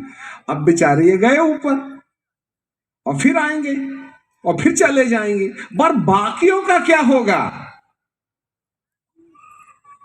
आने वाला आया, ले जाने वाले को ले गया और वहां बिठाल दिया। 7 साल के बाद में फिर धरती को साफ सूफ किया और ऊपर बैठे थे, फिर आ गए। 1000 साल अपन ने सान मारे और 1000 साल के बाद में प्रभु ने फिर से तीसरे स्वर्ग में ले गया। अब बाकी का जो नहीं गए ना बच्चे के साथ छोड़ के, ये स्त्री का क्या होगा? उसको भी सुन लो, आज आखिरी रात है। अब उनके साथ ये होगा, पढ़ लो जरा। Oh my God. हाँ, अपने साथ ना अब मजाक मत करो। जब से कहानी मिली हमको तो डर लगता है भैया, हम तो आंखें बंद कर लेते हैं एक दूसरे को देखने के लिए। कौन पाप में गिरेगा? अरे ये आंख बड़ी बदतमीज है ना, कहाँ टिक जाए मैं क्या बताऊं, और क्या झांकने लगो। एक दीदी है, बार बार कपड़ा उतर रहा है, बार बार उसका पल्लू उतर रहा है, देख तो कहाँ झांकते हो तुम? है पापी कहीं के, तुमको और कुछ नहीं दिखा? पल्लू के नीचे क्या झांक रहे तुम? और यहां से कुर्ती उड़ी तो तुम्हारी नजर गई कहां थी? ऊपर से अच्छा नहीं दिखता क्या? अंदर झांकते हो? तुमको डर नहीं लगता? परमेश्वर तुम्हारी आंखों पर वीडियो लगा के बैठा है। धो लो अपने माथे के विचारों को। उल्टा सीधा देखते हो, नहीं मिलेगी ऊपर जगह, याद रख लेना। वो पवित्र है, वहां कोई भी अशुद्ध व्यक्ति नहीं चल पाएगा। अब जो रह गए उनके साथ जरा देखिएगा, प्रकाशित वाक्य की किताब और उसका 20वां अध्याय और उसके 5 पद को हम पढ़ के और उसके बाद में समाप्त करेंगे और फिर प्रभु के लिए भेंट अर्पित करेंगे और फिर आखिरी बार आज छुटकारे की प्रार्थना करेंगे। ओके, जरा देखिएगा 5वें पद में लिखा है, और जब तक ये 1000 वर्ष पूरे ना हो गए तब तक, मतलब 1000 वर्ष के पूरे होने के बाद है, तब तक शेष मरे हुए जी न उठे। अरे ये कौन से लोग हैं रे बाबा जो मरे हुए जिंदा हो रहे हैं? ये वो लोग हैं जो यीशु के दूसरे आगमन में महिमा की देह पहनकर नए यरूशलेम में नहीं गए हैं और जिनकी डेड बॉडी अभी भी कब्रिस्तान में है और उनकी आत्माएं धनवान के साथ अधलोक में बिना ड्रम बीट के आग में था थैया कर रहे हैं, क्योंकि उन्होंने बहुत बीड़ी पिया था, बहुत पोर्नोलॉजी देखी थी, शादी के पहले लव यू किया था। वे सब धनवान के साथ में जाके कबड्डी खेलेंगे। अभी तो देख लो बेटा तुम खूब मोबाइल। आपको मालूम है ऐसे लोगों की आत्माओं के लिए जगह कहां है? धनवान के साथ में। यीशु आए, ले गए 7 साल ऊपर, 7 साल महाक्लेश काल के यहां, और 1000 साल प्लस, और 1000 साल के बाद में जितने लोग कब्रिस्तान में पड़े हैं जो दूसरे आगमन में यीशु के साथ उठाए नहीं गए, जिनकी आत्मा अधोलोक में है। जब यीशु दोबारा आए थे तो सुखलोक को खाली करके धरती पर लाकर उनके शरीरों को पहना के नए यरूशलेम में ले गए, परंतु अधलोक में आत्माएं भरी पड़ी थी। बीड़ी मसी, दारू मसी, लंद मसी, मोबाइल मसी, फंद मसी, उन सारे लोगों की आत्माएं ओ अधलोक में थी। 1000 साल में भी रहेगी। तब जब यहां से धरती से नया यरूशलेम और महिमा की देह प्राप्त किए लोग जब उठा लिए जाएंगे, तब धरती के नीचे अधलोक बचा रहेगा और पृथ्वी लोक में उनकी डेड बॉडी बची रहेगी। तब बाइबल कहती है जब 1000 वर्ष पूरे हो गए तब परमेश्वर उस अधलोक से हर एक आत्मा को निकालेगा जो धनवान के साथ में जल रही थी। जरा सुनना, अधलोक से वो सारी आत्माओं को निकालेगा जो आग में जल रही थी और उनको तन पहनाएगा। वे सारे कब्रिस्तान फिर खुल जाएंगे। आधे तो खुल गए, 20% गए, बच्चे की संख्या वाले गए, स्त्री की संख्या वाले रह गए, क्योंकि वो अधलोक में थे। अधलोक से आत्माएं हम पर हो जावे। युवा युवती, यदि आपकी जिंदगी गंदी रही है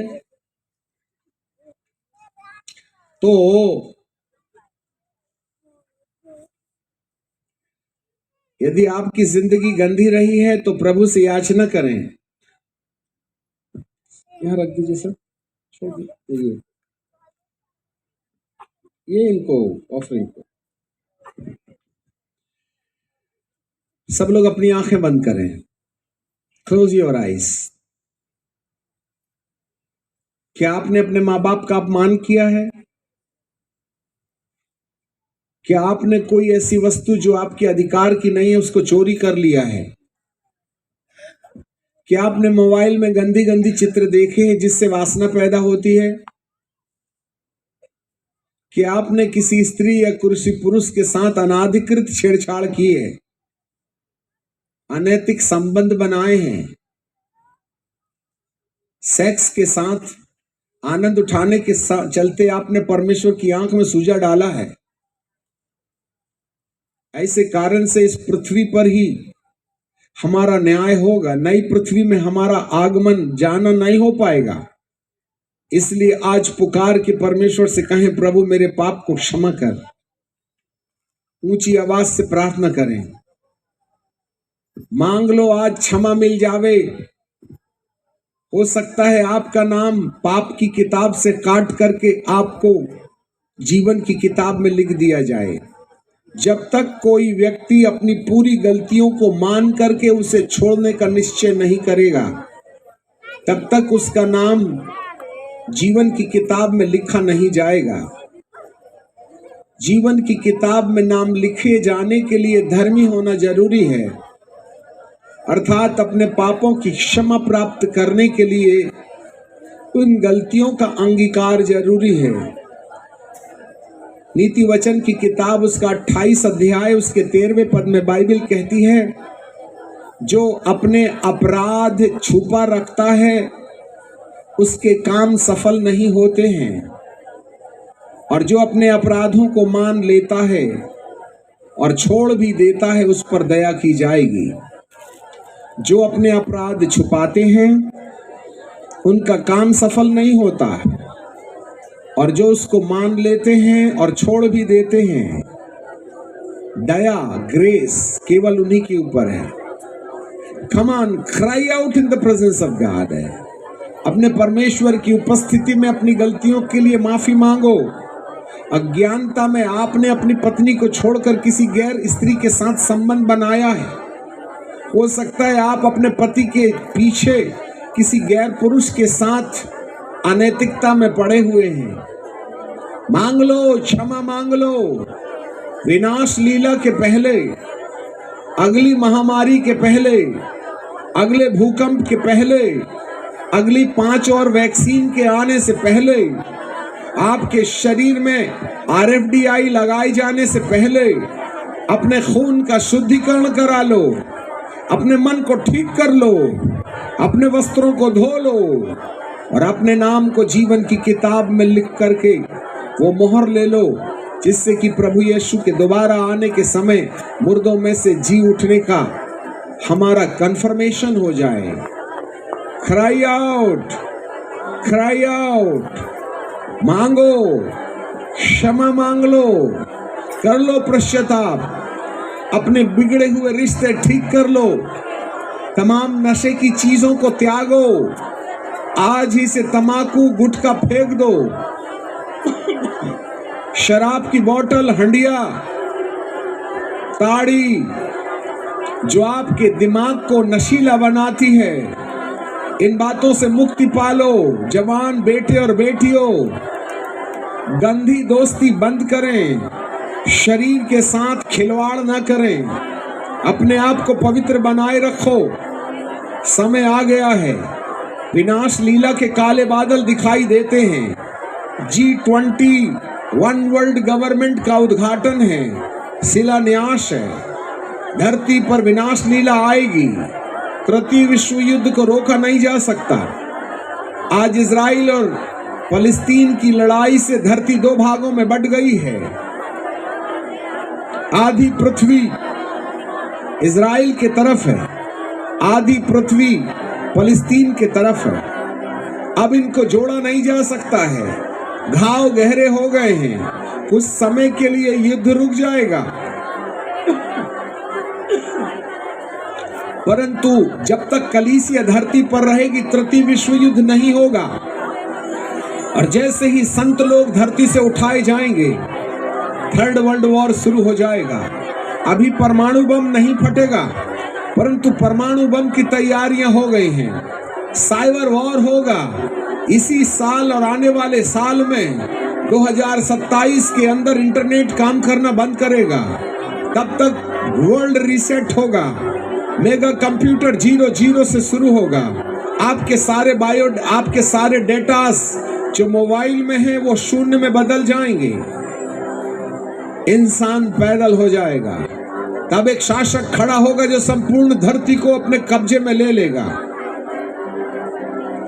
सावधान, पिरामिड के अंदर से एक आंखें झांक रही हैं। हर इंसान को साइबर के द्वारा गुलाम बनाए जाने की प्रक्रिया चल रही है। इंसान अपनी आंखें खोले, आत्मिक युद्ध को देखे, अपनी जिंदगी को ठीक करें।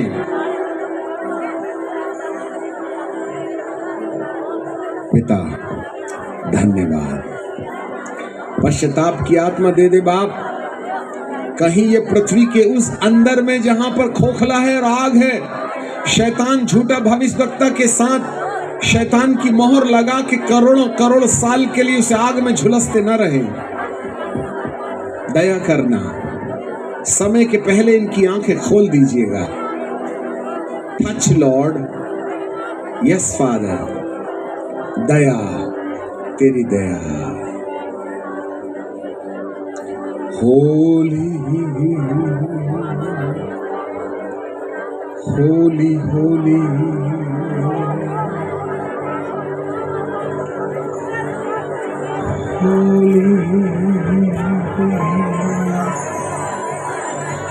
होली होली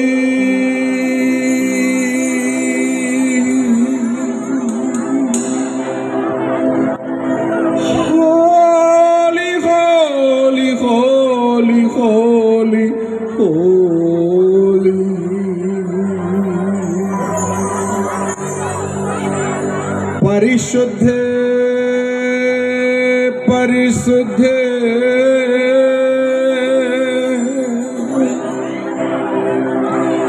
परिशुद्ध परिशुद्ध परिशुद्ध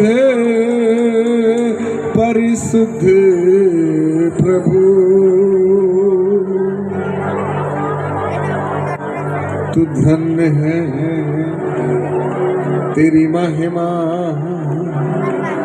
तेरी महिमा। पश्चाताप की आत्मा भेजो राजा। आज हर एक व्यक्ति अपनी गलतियों को जानकर अपनी गंदी जिंदगी से आजाद हो जाए। इनके वस्त्र धो दिए जाएं, पश्चाताप के द्वारा इनके वस्त्र धो दिए जाएं। धन्य हो प्रभु,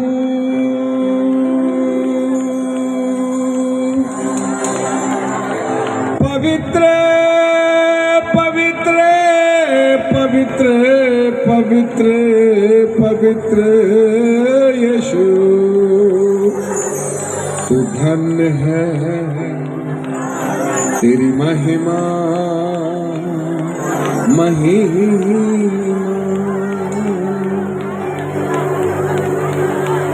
आपके पवित्र अग्नि वाले स्वर्गदूत एक एक के पापों को जलाना शुरू करें, इनके मन की गंदगी को शुद्ध करें, इनके चाल चलन को अपने पवित्र लहू से साफ करके इन्हें धन्य बना दे प्रभु। जो परिवार में बीमार हैं, जो रिश्ते में बीमार हैं, जो तन में बीमार हैं, जो अपने दिमाग में बीमार हैं, गंदगी और गंदे पापों का रोग लगा हुआ है, जिनको ब्लड प्रेशर है, शुगर की बीमारी है, कमर में दर्द है, सीने में गठान है, गुप्त बीमारियां हैं, सफेद पानी जाने की बहनों को बीमारियां हैं। आए पिता, रात को बुरे बुरे सपने आते हैं, डरावने सपने आते हैं। इसी समय पवित्र आत्मा की आग हर व्यक्ति के घर परिवार को छू करके चंगा करे। पति पत्नी के बीच में विभाजन हो गया है, वे बैर और लोभ में लगे हुए हैं। प्यारे पिता, आपकी बड़ी महिमा हो जाए, आपका पवित्र आत्मा अग्नि के भट्टे की तरह बहे, हर एक शरीर के रोगों को शारीरिक चंगाई दे दो, हर एक परिवार के लोगों को पारिवारिक चंगाई दे दो, हर एक रिश्ते जो टूटे हुए हैं उन्हें टूटे हुए रिश्तों को चंगाई देने का अनुग्रह दे दीजिएगा प्यारे पिता परमेश्वर। और आज जो पाप में जिंदगी गुजार रहे हैं उनकी जिंदगी में एक पवित्रता की रोशनी आने दो। टच लॉर्ड, इसी समय आपकी पवित्र आत्मा की आग बहे, जहां जहां अंधकार की शक्तियां हैं, शैतानी शक्तियां हैं, प्यारे पिता उनके ऊपर आपकी आग आ जाए। टच नाउ, छूलो छूलो छूलो छूलो छूलो छूलो। आपके दास का काम खत्म हुआ, स्वर्ग आ जाए, स्वर्ग आ जाए। 6 पंख वाले स्वर्गदूतों स्वर्ग से उतरो, अग्नि वाले स्वर्गदूतों स्वर्ग से उतरो, आए बिना पंख वाले स्वर्गदूतों इस समय सेवा टहल के लिए आओ। 2 पंख वाले स्वर्गदूतों एलिया बाबा, मूसा बाबा, अपनी लाठी से हर एक विश्वासियों को चंगाई दे दो।